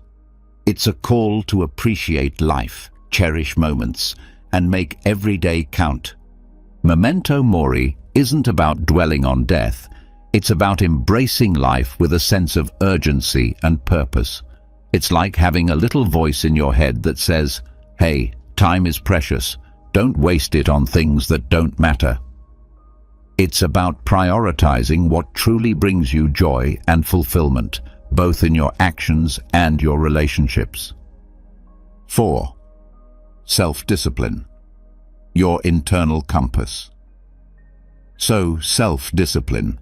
It's like having your own internal compass. It's the ability to stay on track and focused, especially when life throws distractions or temptations our way. It's about making choices that align with your long-term goals, even when the easy path might lead you astray. Think of it as the secret sauce to achieving your dreams. It's about taking consistent action, even when you don't feel like it. Self-discipline helps you build good habits, whether it's in your work, your health, or your personal growth. It's like having that friend who keeps you accountable to your best self. 5. Morning routine. Your blueprint for success. Picture your morning routine as the foundation of your day. It's that intentional time in the morning where you set the tone for how the rest of the day will unfold. Whether it's meditation, exercise, or simply planning your day, it's a way to start with purpose and clarity. A morning routine is like your daily blueprint for success. It's not about being rigid, but about creating a space for self-care and personal growth. When you start your day intentionally, it's amazing how it positively impacts your productivity and overall well-being. It's like giving yourself a head start in the marathon of life. 6. Essentialism. Simplify your life. Essentialism is all about simplifying your life. Think of it like decluttering not just your physical space, but also your mind. It's about recognizing what truly matters and focusing on that while letting go of unnecessary distractions. By doing this, you create space for what's important. Imagine your life as a room filled with various objects. Some are valuable, some are junk, and some are just taking up space. Essentialism is like going through that room, identifying the valuables, and getting rid of the clutter. It's about saying no to things that don't align with your values or goals, and yes to what truly matters. This practice brings clarity and a sense of purpose to your life. 7. Adaptability. Embrace change. Life can be unpredictable, right? So adaptability is like your superpower in dealing with change. It's about being flexible and finding new ways forward when things don't go as planned. Instead of getting stuck, you pivot and make the most out of challenging situations. Think of it as being like a bamboo tree in a storm. It bends and sways with the wind, but doesn't break. Adaptability is about not resisting change, but embracing it as an opportunity for growth. It's a mindset that says, I can handle whatever life throws my way. It helps you thrive in a world that's constantly evolving. 8. Action over information. Turning dreams into reality. Imagine having all this knowledge but never applying it. Action is where the magic happens. It's about taking that first step, even if it's a small one, instead of just accumulating information. It's how you turn your dreams into reality. Think about it like this. Imagine you have a treasure map with all the clues to find a hidden treasure. Knowing the map exists is one thing, but taking action to follow the clues and unearth the treasure is another. Action transforms potential into tangible results. It's like having the courage to set sail in search of your dreams rather than just reading about distant lands. 9. Tolerant with others, strict with yourself, balancing compassion and self-improvement. This one's all about balance. It's about being patient and understanding when dealing with others, but also holding yourself to high standards for personal growth. It's like being kind to others, but also pushing yourself to be the best version of yourself. Balancing tolerance with self-discipline can be a delicate dance. It's about recognizing that we're all on our unique journeys, and sometimes people may not meet our expectations. Instead of judgment, it's about offering understanding and support. At the same time, it's essential to set high standards for your own growth and development. It's like being a friendly coach to yourself, nudging you to reach your full potential. 10. Resilience, bouncing back from life's challenges. You know life can throw some pretty tough punches, right? That's where resilience comes in. It's like having a strong, flexible backbone that helps you bounce back from setbacks and tough times. Instead of seeing obstacles as roadblocks, you see them as opportunities for growth. It's about developing that mental toughness to face adversity head-on and come out even stronger. 11. Empathy, understanding others. Ever thought about what it's like to walk in someone else's shoes? That's what empathy is all about. It's the ability to truly understand and share the feelings of another person. It's like saying, I see you, I hear you, and I'm here for you. Empathy fosters deep connections with others and helps us navigate the complexities of human relationships with compassion and kindness. 12. Mindfulness, being present in the moment. You ever catch yourself worrying about the past or stressing about the future? Mindfulness is the antidote. It's about being fully present in the moment, appreciating the here and now. It's like savoring the flavors of a delicious meal or feeling the warmth of the sun on your skin during a walk. Mindfulness brings a sense of calm and clarity to your life, helping you break free from the grip of anxiety and stress. 13. Purpose, guiding your life. Have you ever wondered, what's my purpose? Purpose in life. It's a big question, but Stoicism offers guidance. Your purpose is like your North Star, guiding your decisions and actions. It's like having a mission that gives your life meaning and direction. It's about waking up every day with a sense of why you do what you do. Purpose fuels your passion and drive, helping you overcome challenges with determination. 14. Continuous learning. Never stop growing. Think about life as a never-ending journey of growth and learning. Stoicism encourages us to never stop seeking knowledge. It's like saying, I'm a student of life, and there's always something new to discover. Continuous learning keeps your mind sharp, your horizons broad, and your perspective fresh.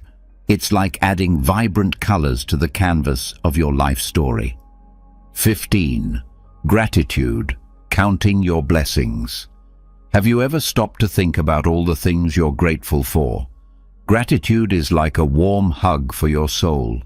It's about recognizing and appreciating the people, experiences, and things that enrich your life. It's like saying, thank you, universe, for all these beautiful moments. Gratitude shifts your focus from what you lack to what you have, filling your heart with contentment. 16. Patience. Mastering the art of waiting. In a fast-paced world, patience is like a rare gem. It's the ability to wait calmly without getting frustrated. It's like standing in a long line at the grocery store and not feeling the need to rush. Patience is a valuable skill that helps you maintain composure when faced with delays or challenging situations. It's like having a superpower that keeps stress at bay. 17. Kindness. Small acts, big impact. You know, small acts of kindness can have a significant impact on someone's day. Kindness is like sprinkling a little magic wherever you go. It's about being considerate and compassionate, not just to others, but also to yourself. It's like saying, I choose kindness in a world where I can be anything. Kindness creates a ripple effect of positivity that spreads far and wide. 18. Courage. Facing your fears. We all feel afraid sometimes. That's completely normal. But courage is like stepping into the arena despite your fears. It's like saying, I acknowledge my fears, but I won't let them hold me back. Courage empowers you to face challenges head-on, whether it's speaking up for what you believe in or pursuing your dreams. It's like having a fierce inner warrior. 19. Simplicity. Less is more. Have you ever noticed that simplicity can be incredibly freeing? It's about decluttering not just your physical space, but also your mind. Simplicity is like Marie Kondoing your life. It's about letting go of what doesn't serve you and focusing on what truly matters. Simplicity reduces overwhelm and brings a sense of calm and clarity. 20th. Honesty. The foundation of trust. Honesty is like the sturdy foundation of a house. It's the basis of trust and integrity in all your relationships. Being honest means being truthful in your words and actions, even when it's difficult. It's like saying, I value honesty and I'll stand by it. Honesty builds trust, and trust builds strong connections with others. 21. Healthy lifestyle. Caring for your body and mind. Think of your body and mind as a temple. A healthy lifestyle is like giving that temple the care and respect it deserves. It's about regular exercise, a balanced diet, and self-care. Taking care of your physical and mental health not only makes you feel better, but also equips you to face life's challenges with vitality. 22. Forgiveness. Letting go of resentment. You ever held on to a grudge and felt like it was a heavy burden? Forgiveness is like setting yourself free from that weight. It's about letting go of anger and resentment toward others. Forgiveness isn't about condoning someone's actions. It's about releasing yourself from the emotional chains of the past. It's like saying, I choose peace over holding on to pain. 23. Respect.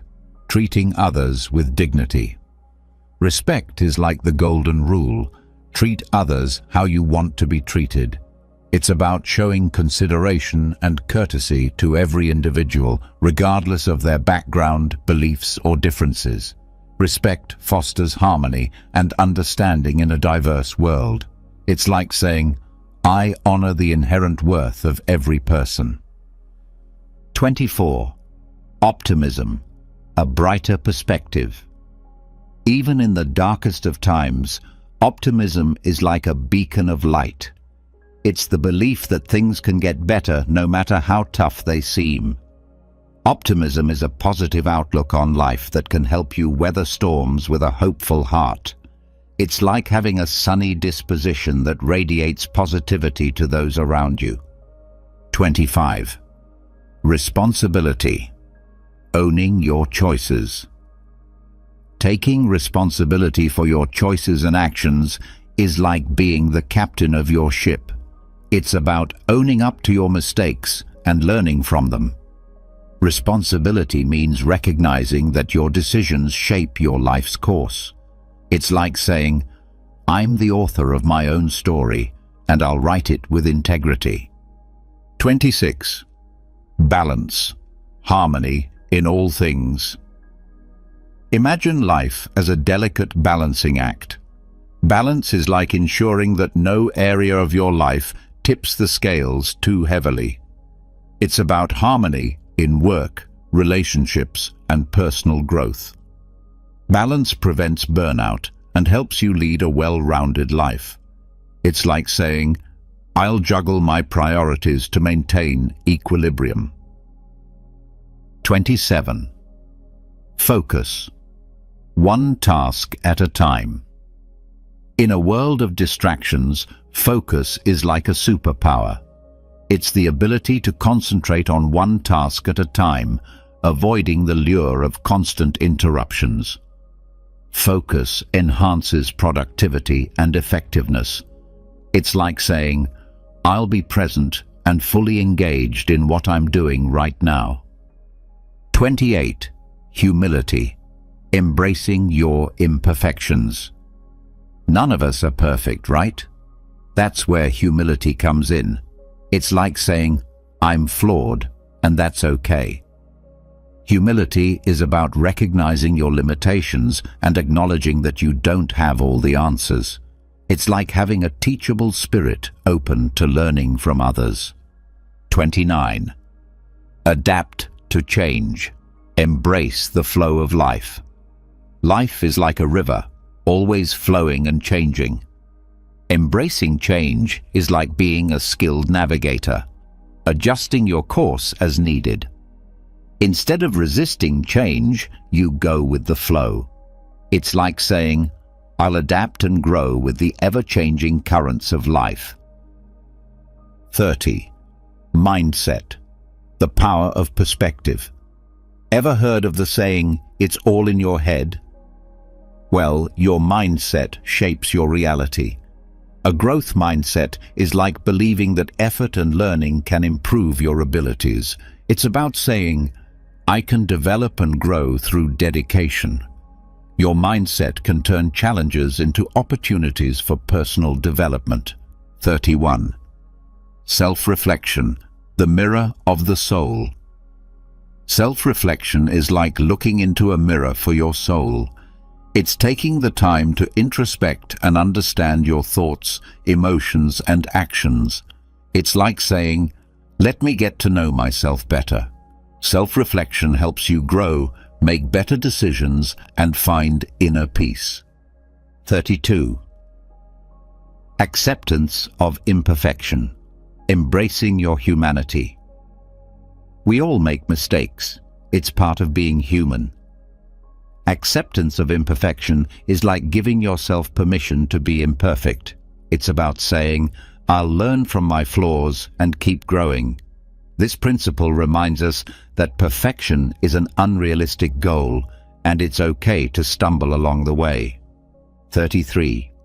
Invest in learning. the currency of growth. Imagine knowledge as a treasure chest. Investing in learning is like filling it with jewels.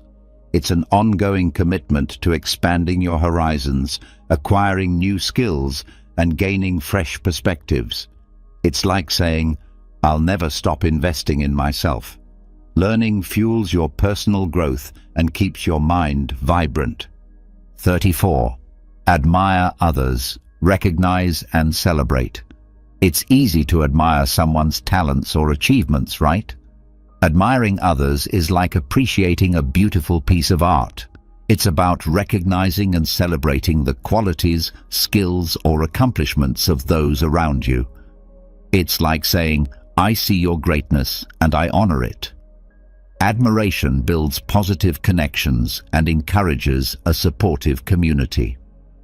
35. Love unconditionally. A heart without conditions. Unconditional love is like an endless wellspring of affection. It's about loving someone deeply without any expectations or conditions. It's like saying, "I love you for who you are, no matter what." This principle fosters profound connections and brings a sense of warmth and belonging. 36. Cultivate relationships, nurturing bonds. Just as a garden needs care to thrive, relationships require cultivation. Cultivating relationships is like tending to a beautiful garden. It's about investing time and effort in nurturing connections with family, friends, and loved ones.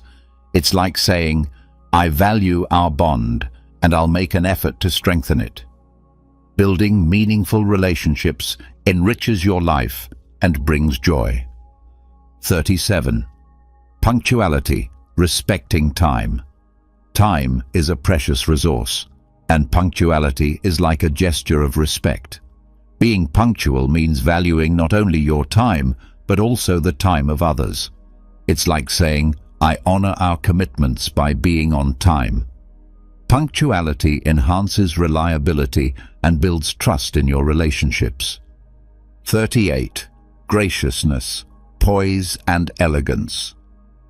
Graciousness is like a graceful dance in social interactions.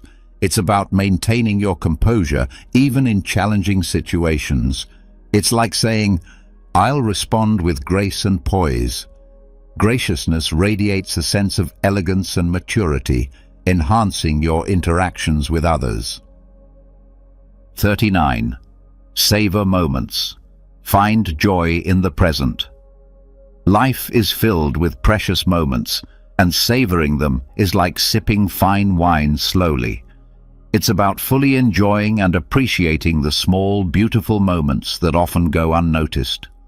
It's like saying, "This moment is a gift, and I'll savor it." Savoring brings a deeper sense of contentment and mindfulness to your life.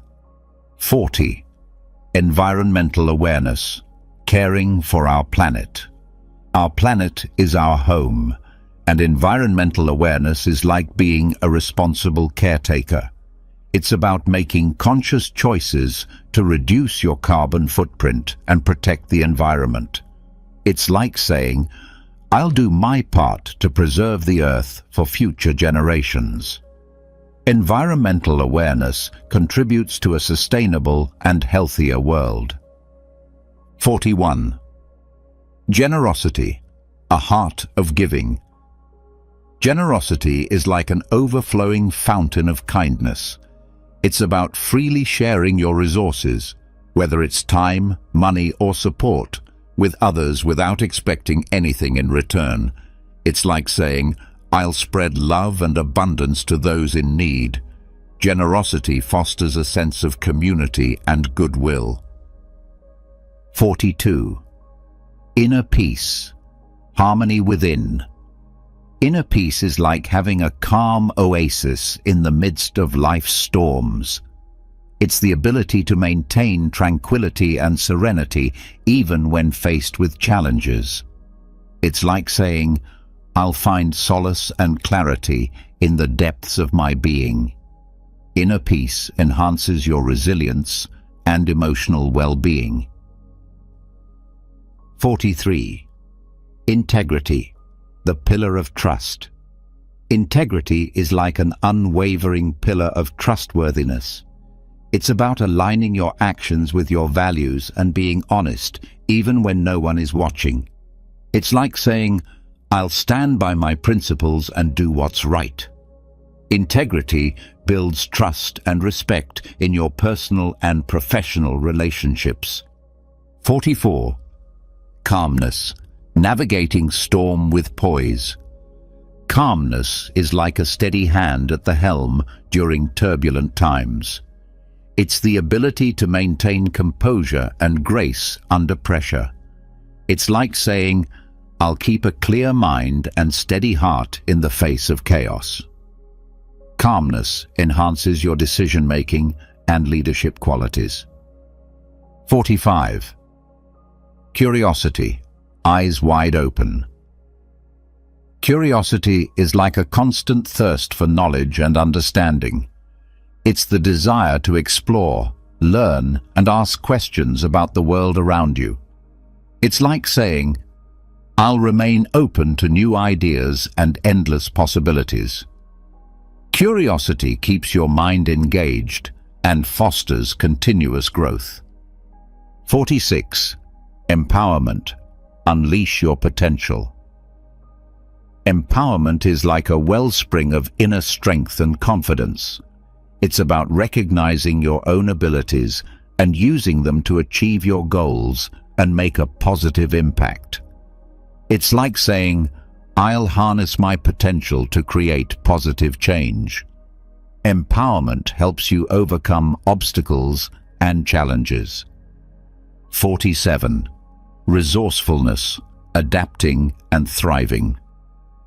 Resourcefulness is like a Swiss Army knife for life's challenges. It's the ability to find creative solutions and make the most out of limited resources. It's like saying, "I'll adapt and find innovative ways to overcome obstacles." Resourcefulness enhances your problem-solving skills.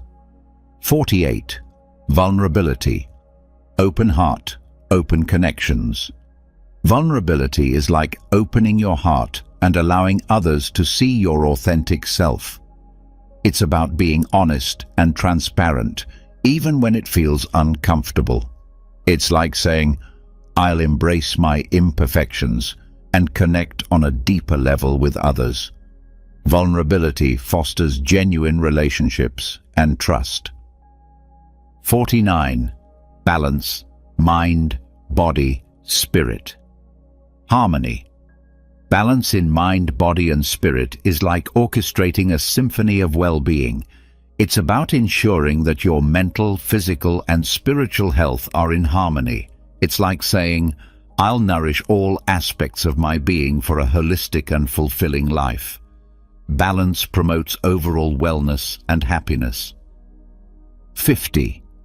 Mindful consumption, conscious choices.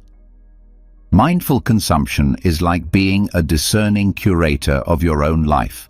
It's about making conscious choices in what you consume, whether it's food, media, or products, with an awareness of their impact on your well-being and the environment. It's like saying, "I'll choose wisely, aligning my values with my choices." Mindful consumption promotes personal and global sustainability. Before we wrap up this exploration of Stoic principles, I want to express my heartfelt thanks for joining us on this journey. Your time and engagement mean a lot to us. If you found these Stoic principles valuable, please consider leaving a comment to share your thoughts and experiences. Your feedback is greatly appreciated, and if you enjoyed this content, a simple like goes a long way in supporting us and letting us know you'd like to see more of it. If you haven't already, subscribing to our channel ensures you'll stay updated with future content, including more insights into wisdom, philosophy, and personal growth. Thank you once again for being a part of this journey, and we look forward to sharing more wisdom with you in the future. Until next time, may you find fulfillment and wisdom on your own path of personal growth.